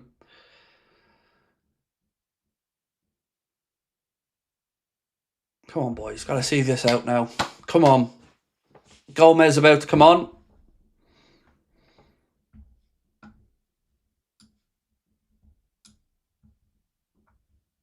Come on, Joe. And he'll be straight into it because we have a corner to defend. Right, boys. Come on. Focus. Manager goes across just to console Endo a little bit. Right. Corner to defend now. You'd be imagining there'd be a good chunk of stoppage time at the end of the game. Corner in. Well headed away by Virgil. Lads, Virgil and Ibu have been rocks back there today. Anything that's been put in, they've been absolutely phenomenal under the high ball. Sunderland worked the ball out right side. Cross in. Comes off Ekitike to Salah. Wirtz to Salah. Bit of space here for the Reds to try and exploit. Salah's ball is just a little bit behind Cody Gakpo. And Sunderland regain possession. If you're ever in Wales, Craig, can we go for a pint? I'm not a drinker. It'll have to be a Diet Coke on my end, mate. But we were there in Cardiff for a show we did last summer. But yeah, of course, man. If I ever got to Wales for a meet-up, we'll let you know. And I'm not a drinker, but certainly I'll have a coffee or a Diet Coke. It's been a wacky day, so I'm saying Gomez goal. Oh, I mean, yeah, I wouldn't say no, Rich, mate. Wouldn't say no. Joe cannot finish his Liverpool career without a goal. He just can't. Right, Sunderland now. Move the ball into the right channel. Ball in, low. Defended by Gravenberch. Broberry's complaining that he wanted up in the air. Salah now.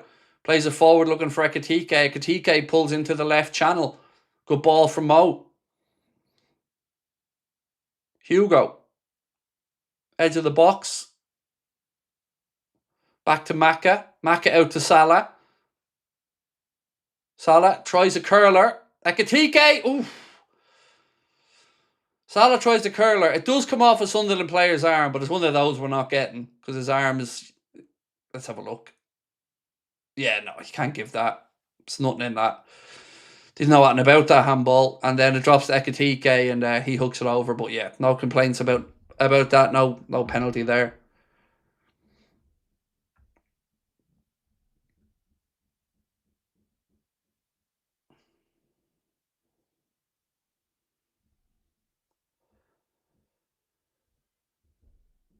Right, we have 20 minutes to go plus stoppage time.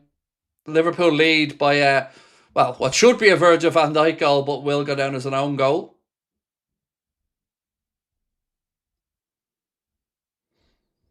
Since, by the way, we seem to be set up more to sit deep since we've conceded, or since we've scored. And I don't know if it's making me nervous, but we have had a couple of chances to counter with some good balls from Salah, so I'm hoping we can catch them on the counter for a second, but it also makes me nervous that we're dropping back. Broberry. Yes, well defended, boys. Well defended again. Magnificent stuff. Another ball in. Swing. Missed. Blocked. Sunderland again. The pressure's ratcheting up here. Another cross in. Headed over the bar. Well done, boys.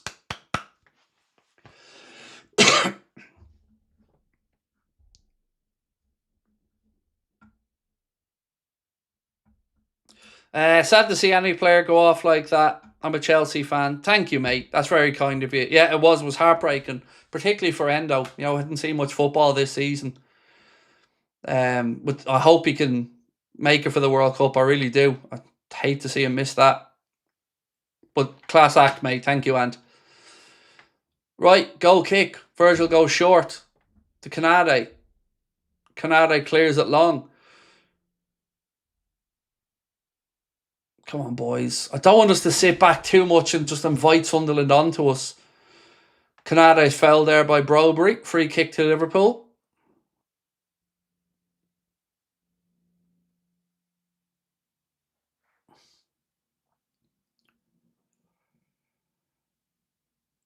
I don't know, lads. Is anybody else feeling nervous that we're dropping a bit deeper now? I know we can exploit them, but I don't know. Maybe we're all just traumatised from Liverpool throwing away leads, but I just feel like Sunderland are getting into it more and more here now as we're looking sitting a little bit deeper. Curtis Jones about to come on. Referee stops the game here, though. So there's a head collision between Ekitike and one of the Sunderland players. Both of them okay, thankfully.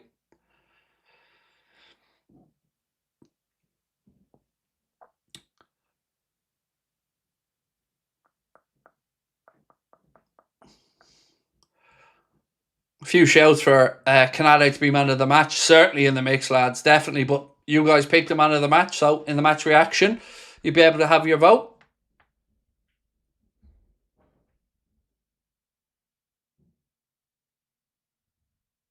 Maka. Wirtz. He's dispossessed. Sunderland have it at the edge of their own box. They play it straight to Ekitike, though. Hugo slips it in. Oh, it's a bit wide.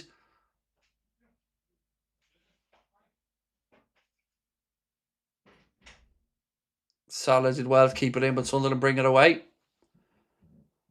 Sean, can you stick on the heating, bud? Thanks. Curtis Jones getting ready to come on now.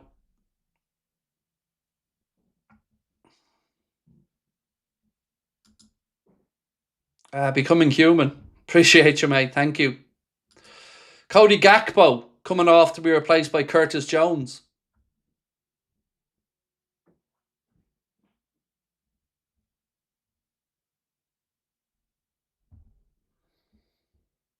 So Cody Gakpo off, Curtis Jones on. It's the nerves. No Klopp to give them a kick up the ass, said Justin. Look, I think, we're winning the game. We're deservedly winning the game, but we got to see it out and get the points. If we can see it out and get the points, this will go in the good win column for me anyway.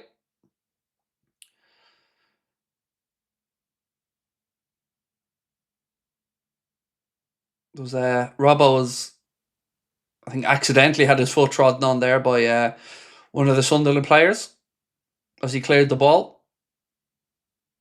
It's completely accidental. Sunderland player wasn't even looking in his direction.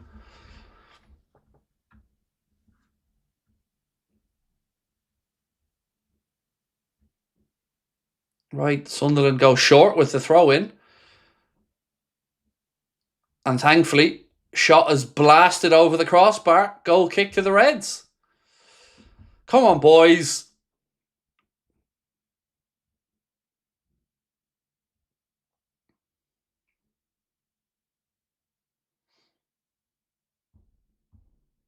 Come on.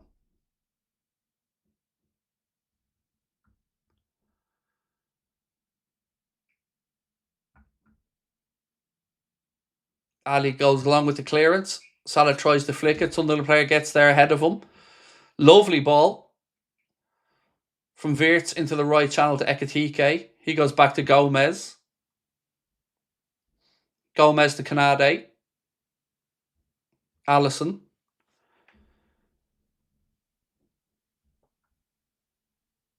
Wirtz.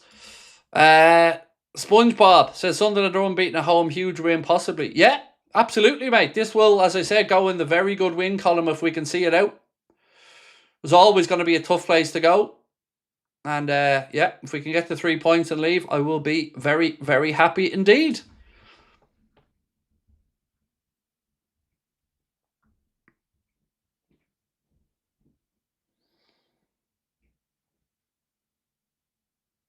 So Mohamed Salah is joint with Stevie G for the most assists for Liverpool in Premier League history with 92, according to a stat up on screen there from TNT Sport. Remember, there will be a good chunk of additional time added on at the end of it for the extremely unfortunate injury to Endo.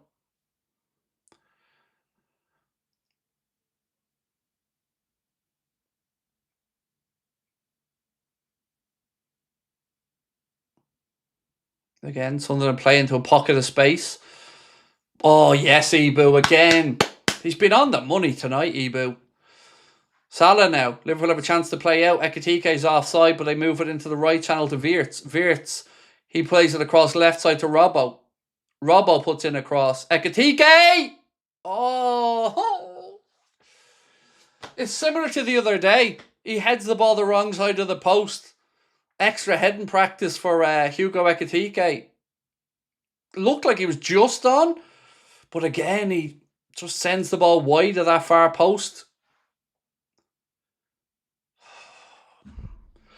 Would have been touch and go if he was on or off there, but again, put it in the back of the net and we'll figure it out.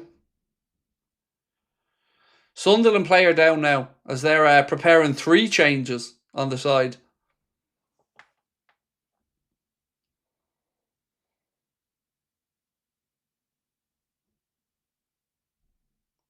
Yep, Sunderland about to make a triple change.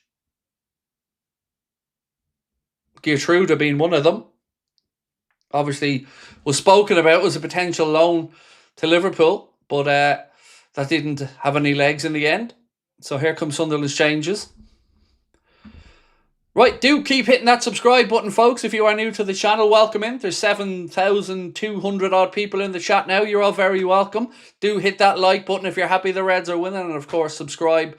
And we'll see you for the match reaction as well coming up. We're fingers crossed we see this out and get the win.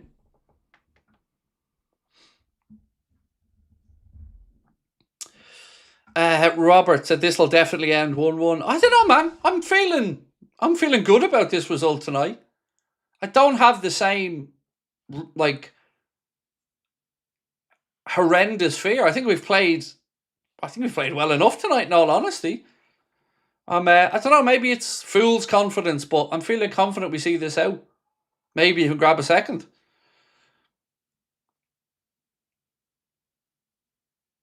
Sunderland play a through ball. Too much on it. Go straight through to Allison. 10 minutes to go plus stoppage time.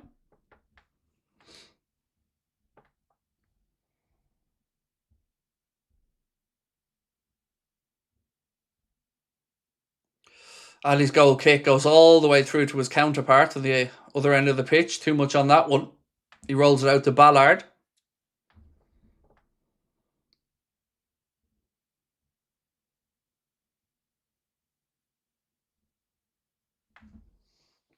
Come on, boys.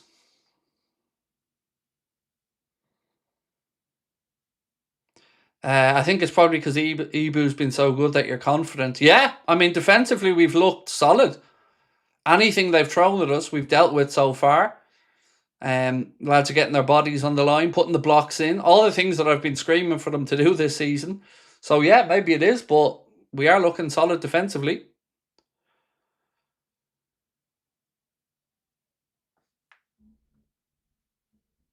How are we going to be the team to end their home run? I don't know, mate, but I'll take it. You know, I'll take it however it comes about. Uh-oh, they've worked a chance here. Again, though, good defending. Joe Gomez this time gets back in. Gets in a good challenge and clears his lines. Well done, Joe.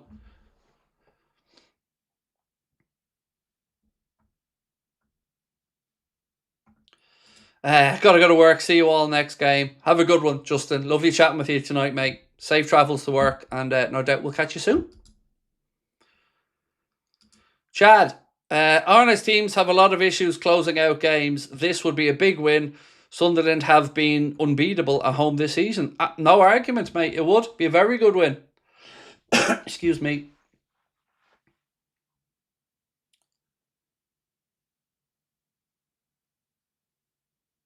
Again, we're pressing them well, not giving them space to even play the ball out. Jones pressing. Roof has to put the boots through it. Goes long. Robbo gathers it, goes back to Ali. Again, 8 minutes plus stoppage time to go. Come on, you red men. Fresh legs all coming on for Sunderland. Well, we only make 2 changes, and one of them forced from injury. Sunderland pushing on. Why are Chiesa and Rio? Where are Chiesa and Rio to exploit the space? It's a fair question. It's a more than fair question, AJ.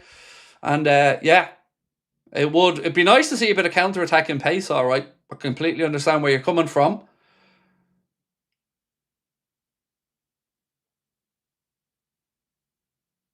But everyone back behind the ball now for Liverpool. Sunderland in possession, but Liverpool have a rigid defensive setup.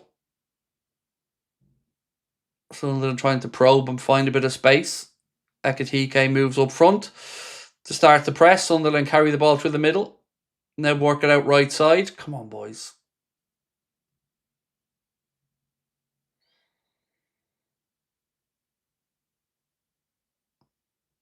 Sunderland move it from right to left. Ball in field. Again, Liverpool defend it well. Sunderland still in possession, but the Reds are forcing them back. Come on, boys.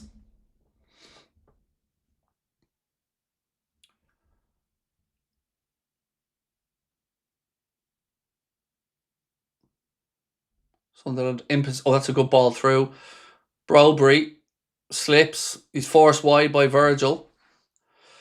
Sunderland. Another cross in. Ricochets. Curtis Jones now is bringing it away for Liverpool, but he's dispossessed.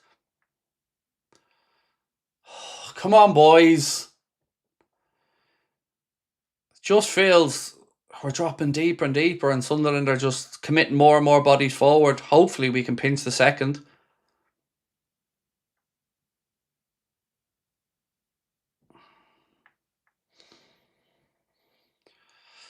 Come on, lads. You've defended so well all night. Come on. Oh, again, well done. They try a through ball. It's too much on it, and it goes all the way through to Allison. Another situation dealt with. Come on, boys.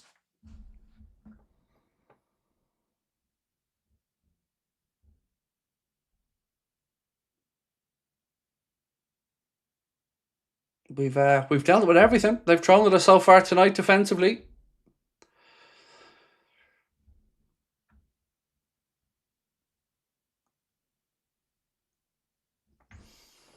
Don't like this defence versus attack for the last few minutes, though. It's certainly up in the old heart rate.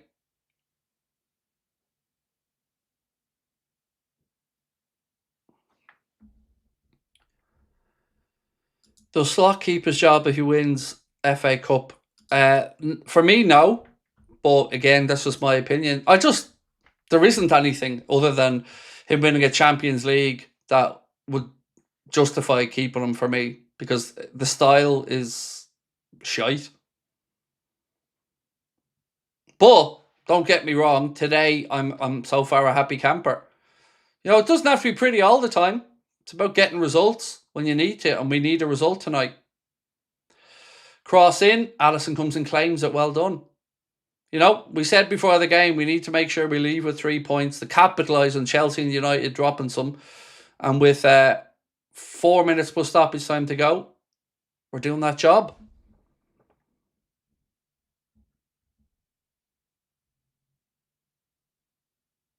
Free kick there to Sunderland, halfway inside the Liverpool half. Muskerry said, can't wait for the final minute to see Chiesa. Oh, well, here he is now. He's on early, mate. He's on early. He's coming on now for, the final 4 minutes plus stoppage time. Well, he will be when the ball goes dead next. Again, Liverpool have bodies back defending. Salah there to help out this time. Wirtz to Gomez. Back to Allison, and Ali puts the boot through it. Slot still needs to go. He's ruining Chiesa, said Owen. Well, we have a chance on the counter here. Ekitike, he's wide. Wirtz dropped to the bottom of the screen. Play it to him, play it to him, play it to Wirtz. Wirtz, back to Jones. Oh, his strike is over the bar. Again, more wayward shooting.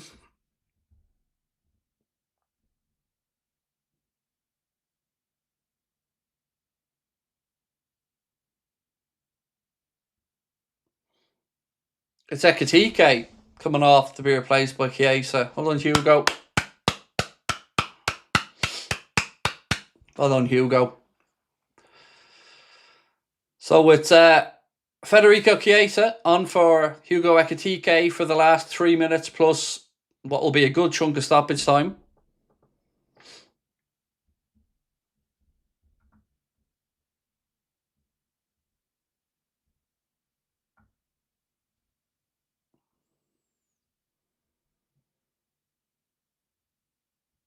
Come on, boys.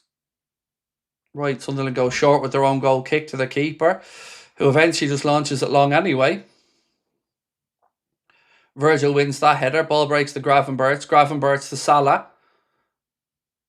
Wirtz rolls it out to Joe Gomez.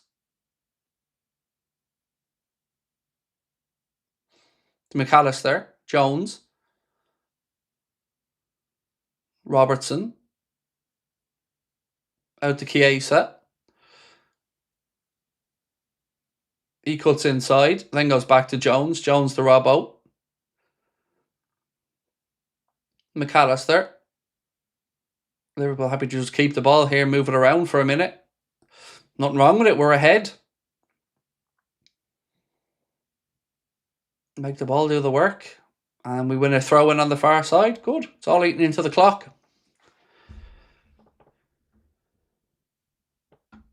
Now we're in the 85 to 95 minutes. I'm squeaky bum. I don't think you're on your own, mate. I think we're all clenching a little bit, but so far so good.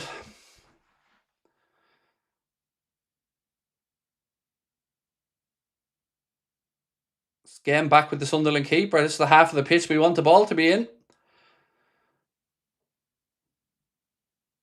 Canade again. So strong again tonight. Well done, Ibu.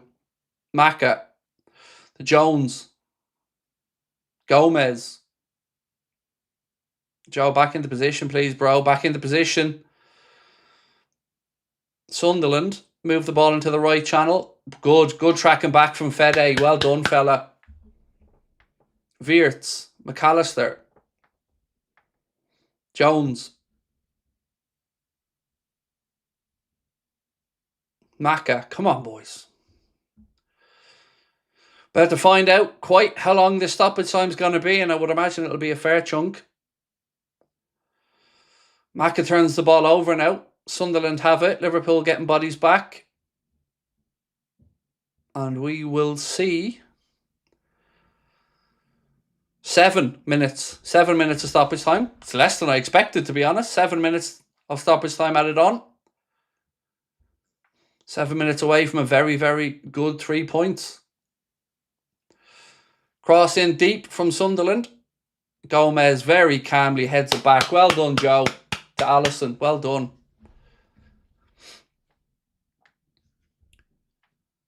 And really calm, composed defending this. Well done, Joe.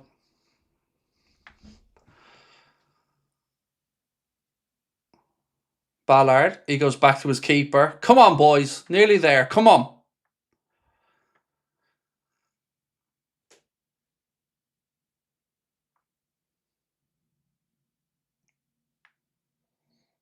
Ballard carries it without a challenge for about 50, 60 yards. Still in possession. Eventually, a Liverpool player goes to him and Sunderland are forced back a few yards. Come on. 6 minutes to go. Come on, boys. Cross in. Again, easily dealt with by Liverpool. Gomez is dispossessed. Sunderland throwing themselves to the ground looking for a penalty. Nothing doing there.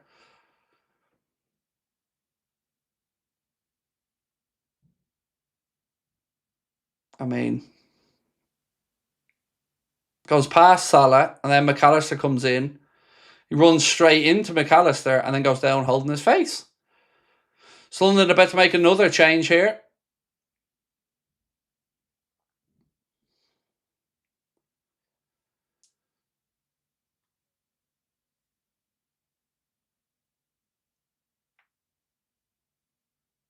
Right, Sunderland got to go for a long throw in. Second ball back, cross in, and it's headed harmlessly behind for a goal kick. Come on, boys. Virgil van Dijk's been voted the man of the match from TNT Sport, and honestly, I think it's a toss-up. You could have given it to Virg, you could have given it to Ibu.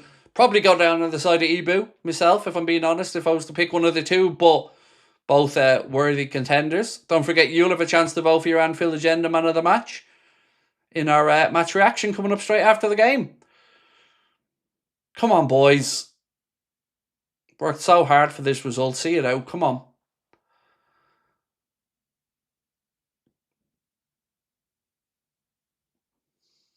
Sunderland just piling bodies forward now. Jones does well to Salah. Right, make a run across, Wirtz. Make a run across. Nope, we just run into each other. But Wirtz still gets the ball. Come on. Out to Jones. Back to Maka. Jones. Liverpool happy to just keep possession, which I understand. Something presents itself, take it, but nothing silly. Jones is foul. We'll take that. Free kick to Liverpool. We're halfway through the additional time. Free kick to Liverpool in inside the Sunderland half, which is where we want to be.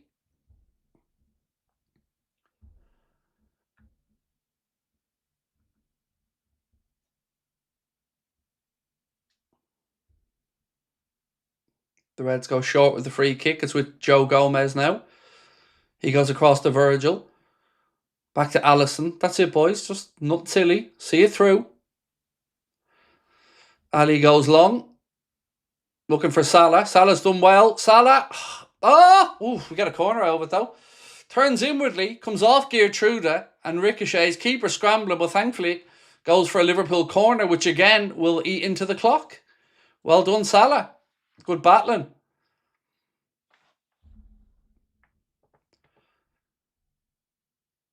Right. Corner, which I'll be amazed if we don't go short with.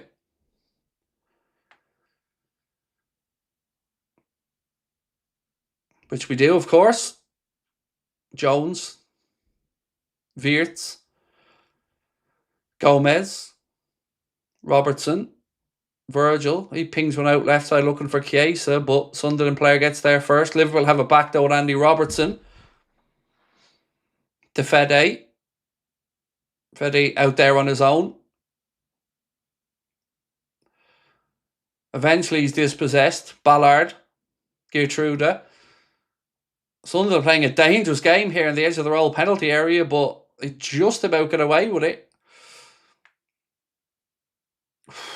Dangerous stuff from Sunderland as the desperation creeps in.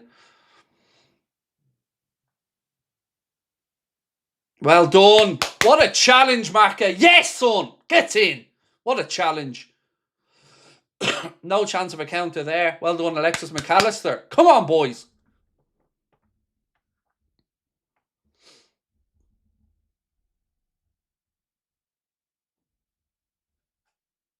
Sunderland have a man limping around as well, so they're basically down to 10. Keeper launches it long and direct. Canade's there. Another powerful header from him. Come on, boys. Nearly there. Robertson, De Wirtz. Just over a minute to go. It's looking good, folks. It's looking good. Robbo. Through to Jones. Jones to Salah. Salah! Oh, he's dragged it wide. He sits up on him, volley right foot. He drags it wide. We're inside the final minute of stoppage time now. That probably should have been 2.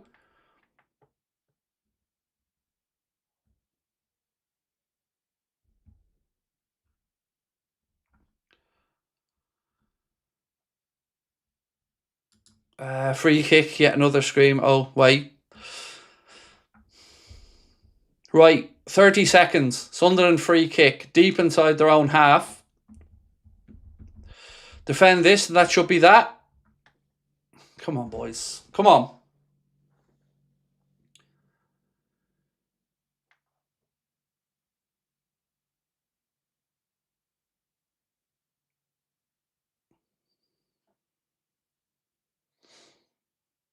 Sunderland go direct with the free kick, and Van Dijk's being fouled. Free kick to Liverpool. That should be that. Ballard complains to the referee, but I don't think he's got too much to complain about. He dragged Virgil to the ground. Free kick Liverpool. Come on, boys.